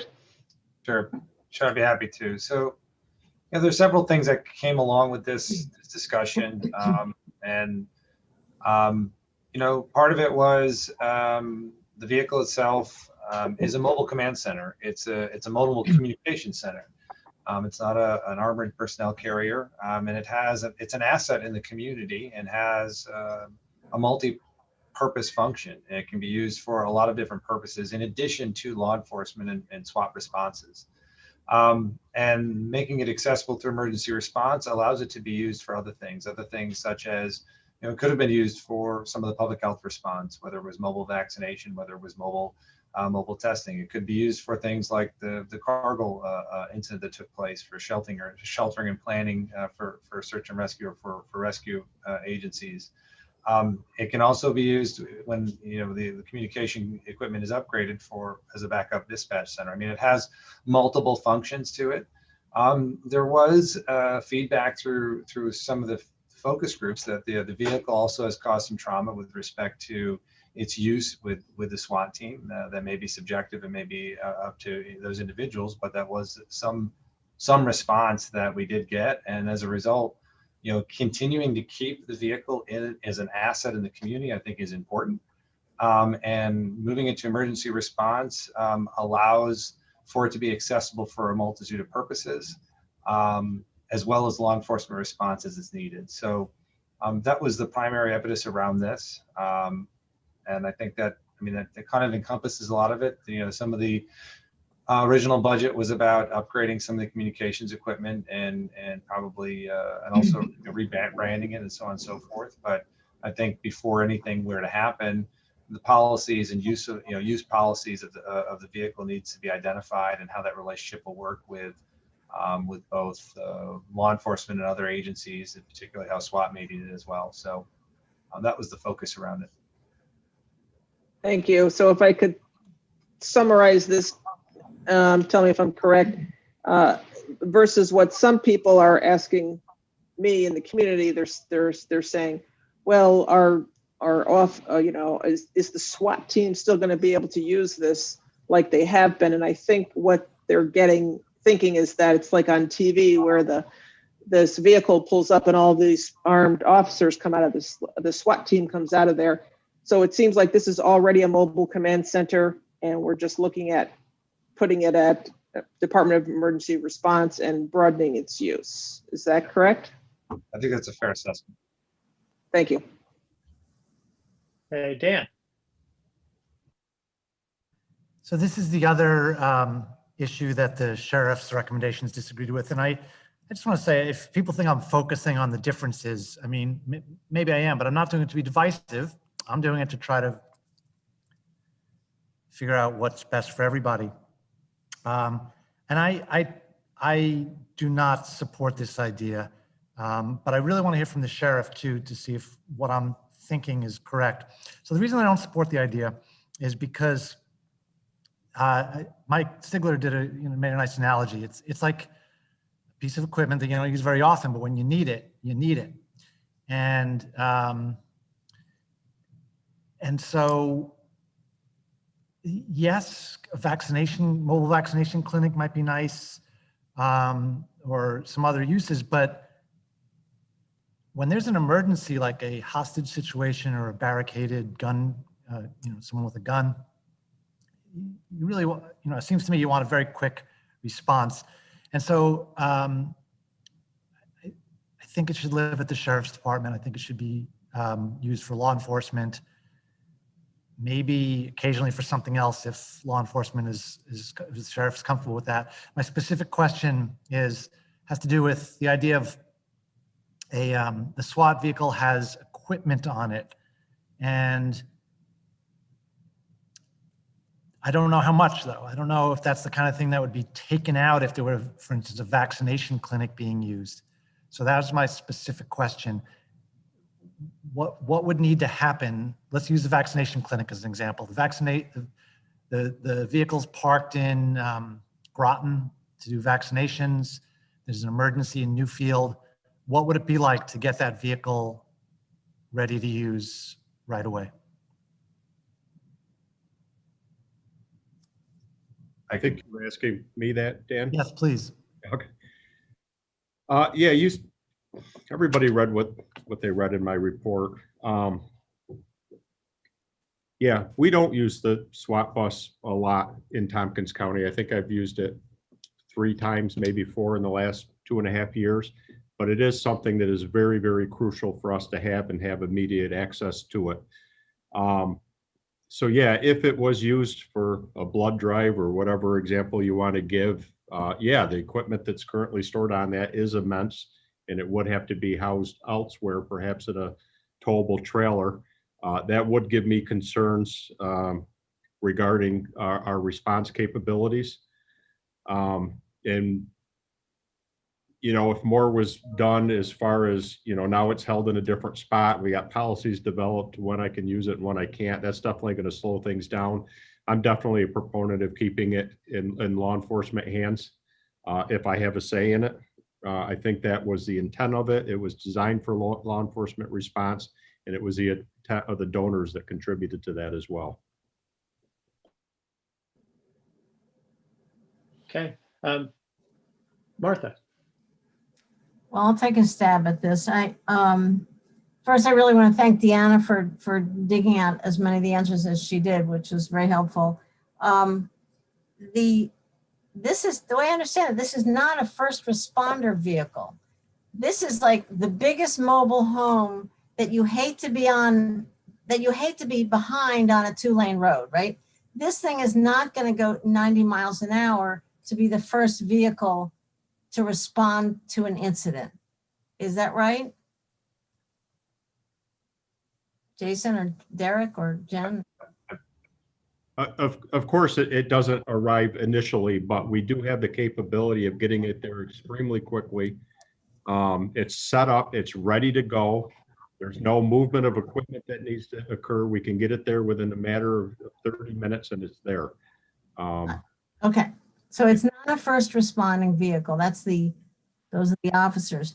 But I think the idea, for example, Dan is sitting in the legislature office because there's no cell service in Danby. If I go downstairs, I can't get a link. I mean, all of us have trouble around the county accessing, with mobile communications. So this thing is going to help wherever we set it up. But my understanding is really it comes in as the incident is happening, and it's sort of the stable, okay, we're going to be here for a while.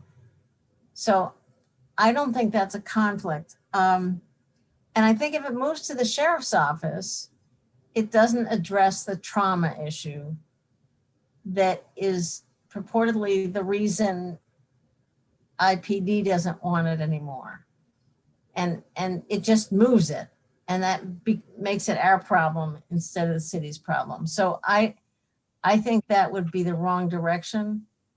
And, you know, that's the way I see it now. If Jason wants to add anything to it. Well, I mean, let me say, I don't think it's IPD that doesn't want it. Maybe it's the community members and the mayor. And I honestly think that regardless of where you move it, the purpose, and if I'm being told correctly, that it's still going to be used for SWAT use, then I don't really think any of those options address that concern. I'm just saying that when it comes down in an emergency for me to need that vehicle, I'm going to need it, and I don't want anything to prevent me from getting access to it. Certainly if it's out somewhere else in the county being used for something else. The way I hear it, you would have. Okay. Under Sheriff. Sorry. Thank you. I just want to expand on some of the comments that Sheriff Osborne said. Because our SWAT team and our CINT team are multi-jurisdictional, I mean, especially our CINT team has members from Cornell, Groton, Trumansburg, all over. All that equipment is housed on truck 99, which makes it very convenient when we have to go to a scene. And that equipment, it doesn't have to be stored individually by the members of the SWAT or the CINT team.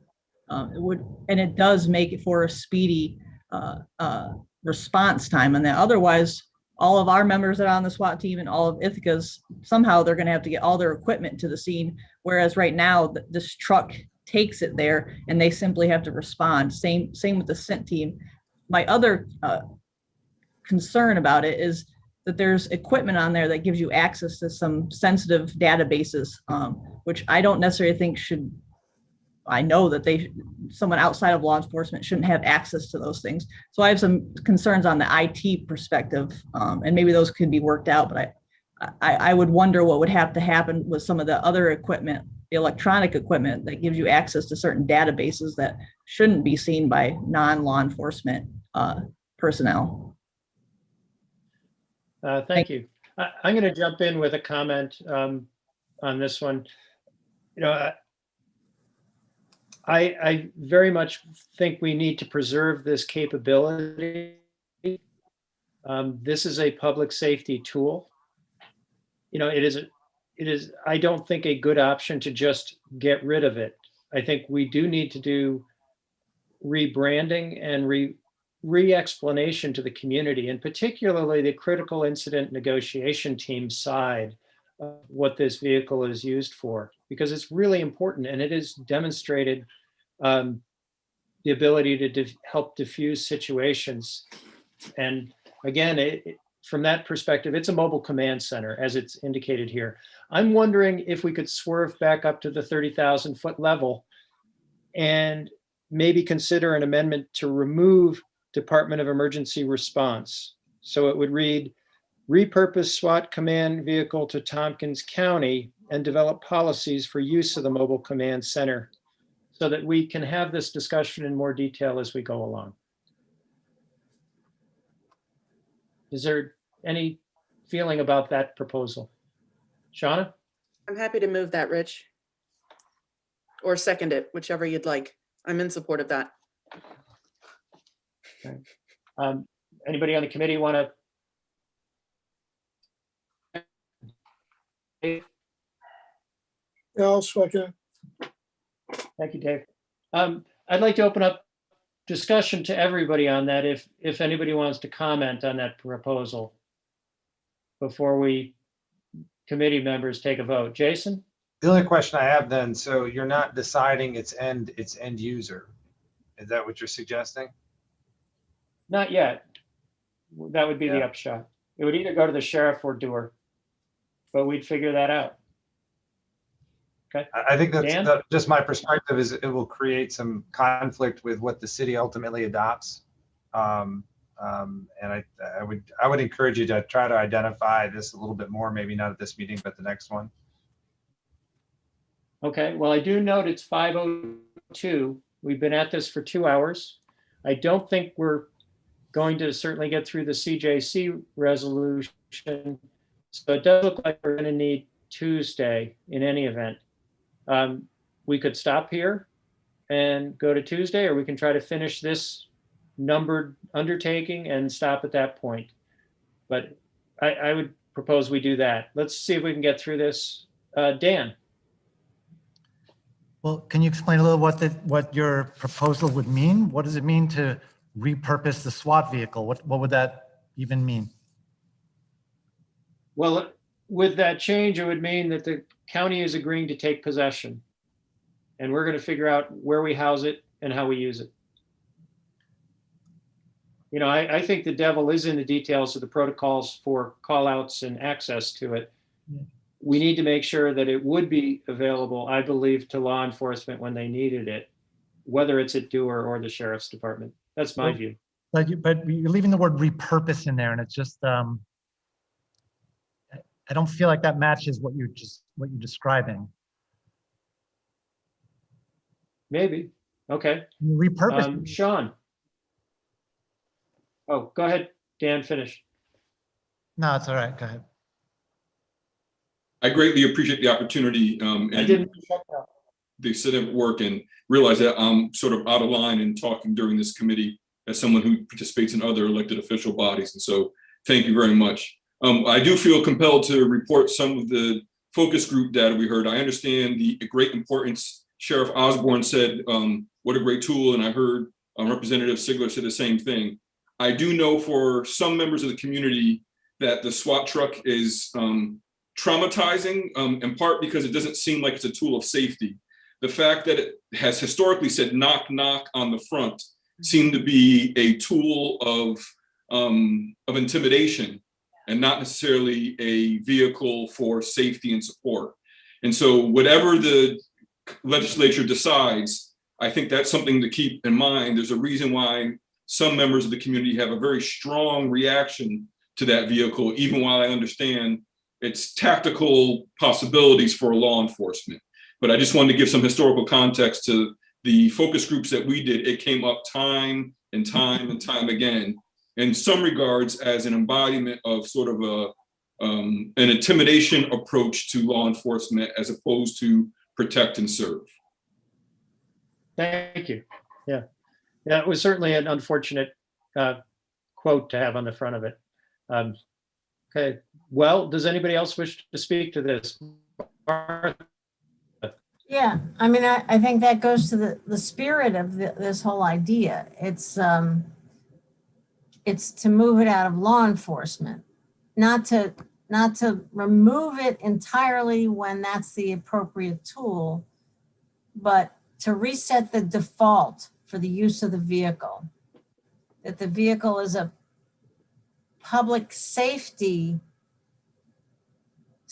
for the public facilitator. If you have a car crash and you need the communications, if you have a flood, if you have mobile vaccines. So it's literally a vehicle for helping to improve the public's life that can also be used in a law enforcement application, rather than a law enforcement vehicle that might sometimes get used for a vaccine clinic. It's a matter of resetting this, and the spirit of it is different if you send it to the sheriff's office. So I guess if this resolution goes, if this amendment goes through the committee, I will probably move at the legislature to restore putting it in Dewar. But anyway. Okay. If I would just add, I would encourage not to accept the vehicle without its home and leaving that to be figured out at a later date. I think that's going to create a greater challenge for us in the long run. Just my perspective of it. Okay. I'll just express my thinking that I thought that was a reasonable compromise, but Jason, I'm hearing you. I guess I will vote against the resolution or the amendment that I suggested. Sorry, Shauna. I would actually like to withdraw my motion. Okay. Okay. So So we'll leave the language as it is, at least for now. We can revisit it later, I guess, if we need to. Anything further to be said on that one? We are at 5:08. Do we want to continue? We have, it looks like one more 14, and we would be done with the undertakings. And then Tuesday, we could just talk about the second resolution. What's the group? Keep going. Anybody want to stop? Let's keep going. All right, 14. Conduct a review of SWAT callouts to determine appropriate use of service and equipment.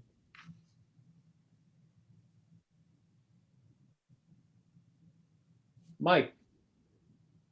Well, my question now is, I mean, I don't have a problem with doing this. I guess my question now is, are we going to continue to have SWAT? I mean, if the vehicle was a source of agitation for certain members of the community, and by the way, I've gotten as many calls that say we shouldn't get rid of SWAT. I mean, people are worried about that, about getting rid of the vehicle. So for as many people as you've heard from that don't like it, I've heard from as many people who are concerned about that.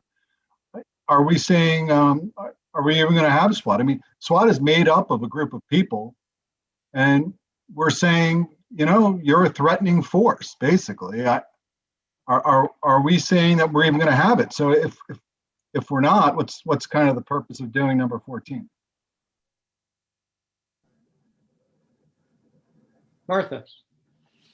Yeah, I really want to know how this thing's been used. I mean, really. And we're not getting rid of it. And, you know, getting rid of it would mean we wouldn't let the sheriff use it or wouldn't let the city department use it. I don't hear that at all.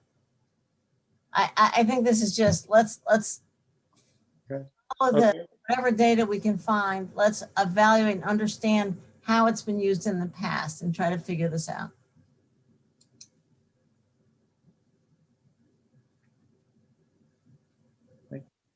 Mike, did you want to respond to that?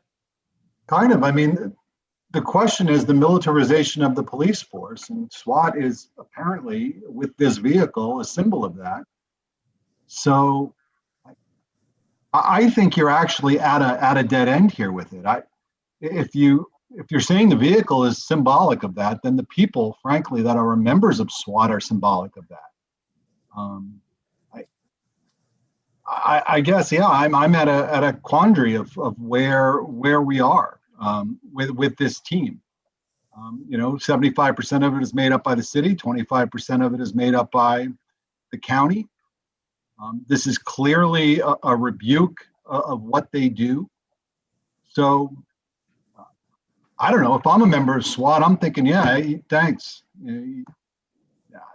Why am I a part of something that you're saying the community does not approve of? So I don't know. And Mike, I guess I'll take a turn to respond there.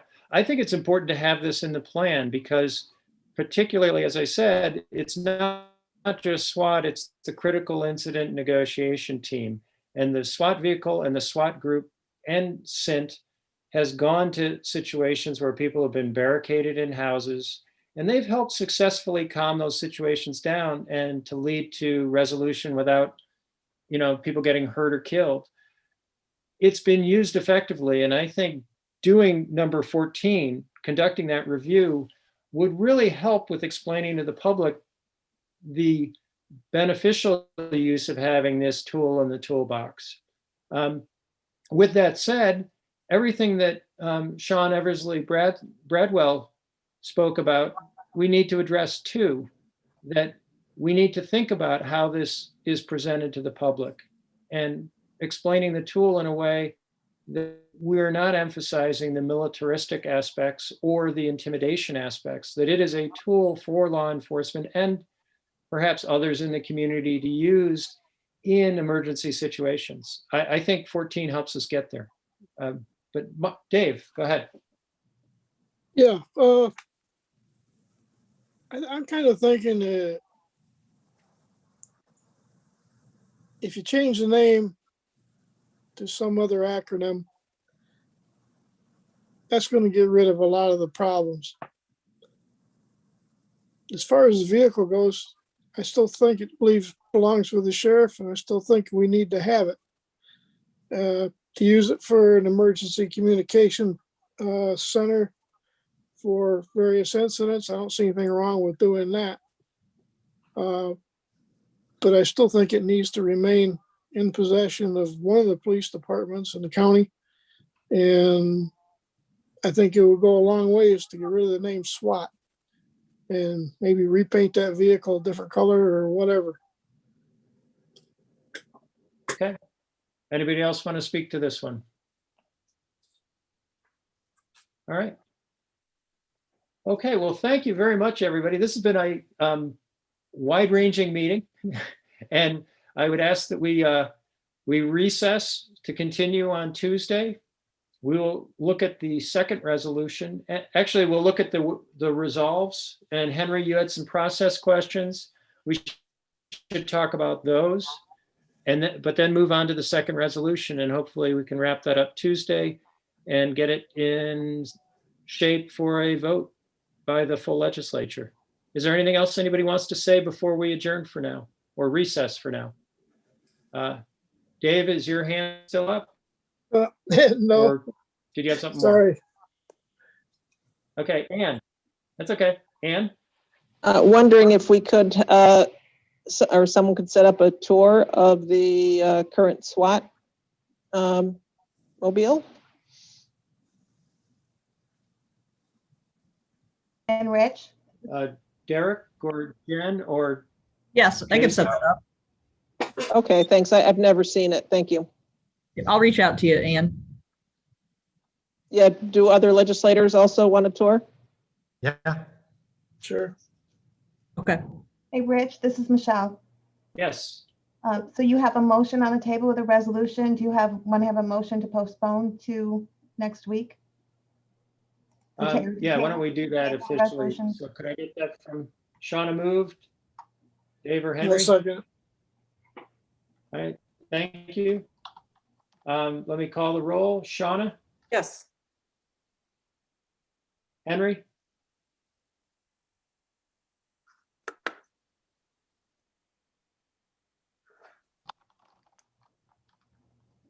Henry? He says yes. Thumbs Okay, up. I'm gonna call that a yes. Dave? Yes. And the chair votes yes. So we are recessed until Tuesday. 3:30 Again, on thank you, Tuesday? everybody. This has been a good discussion. Rich, 3:30 on Tuesday, is that correct? 3:30, yes. Martha, did you have something else? Yeah, I just want to thank you very much for allowing this to be a committee of the whole so everybody could just participate. We really appreciate it. And thanks to the staff for everything that's gone into this. Well, I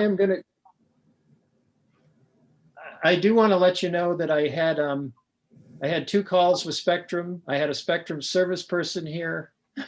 I went to Staples twice. I spent an hour trying to install a new router. I hope to get all that done by Tuesday so that my link is a little better. I apologize for the poor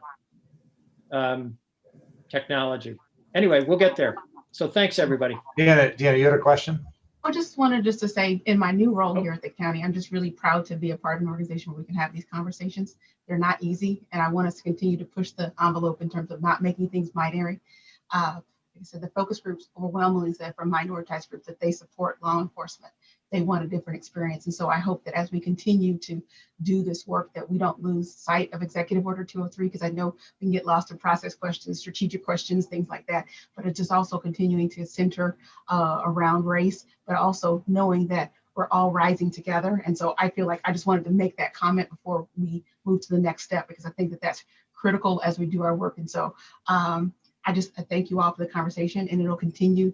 We're going to continue to be more uncomfortable as we make these changes, but I hope that I'm just grateful that we all continue to put in the work. Thank you. Thank you, Deanna. All right, we'll see everybody Tuesday.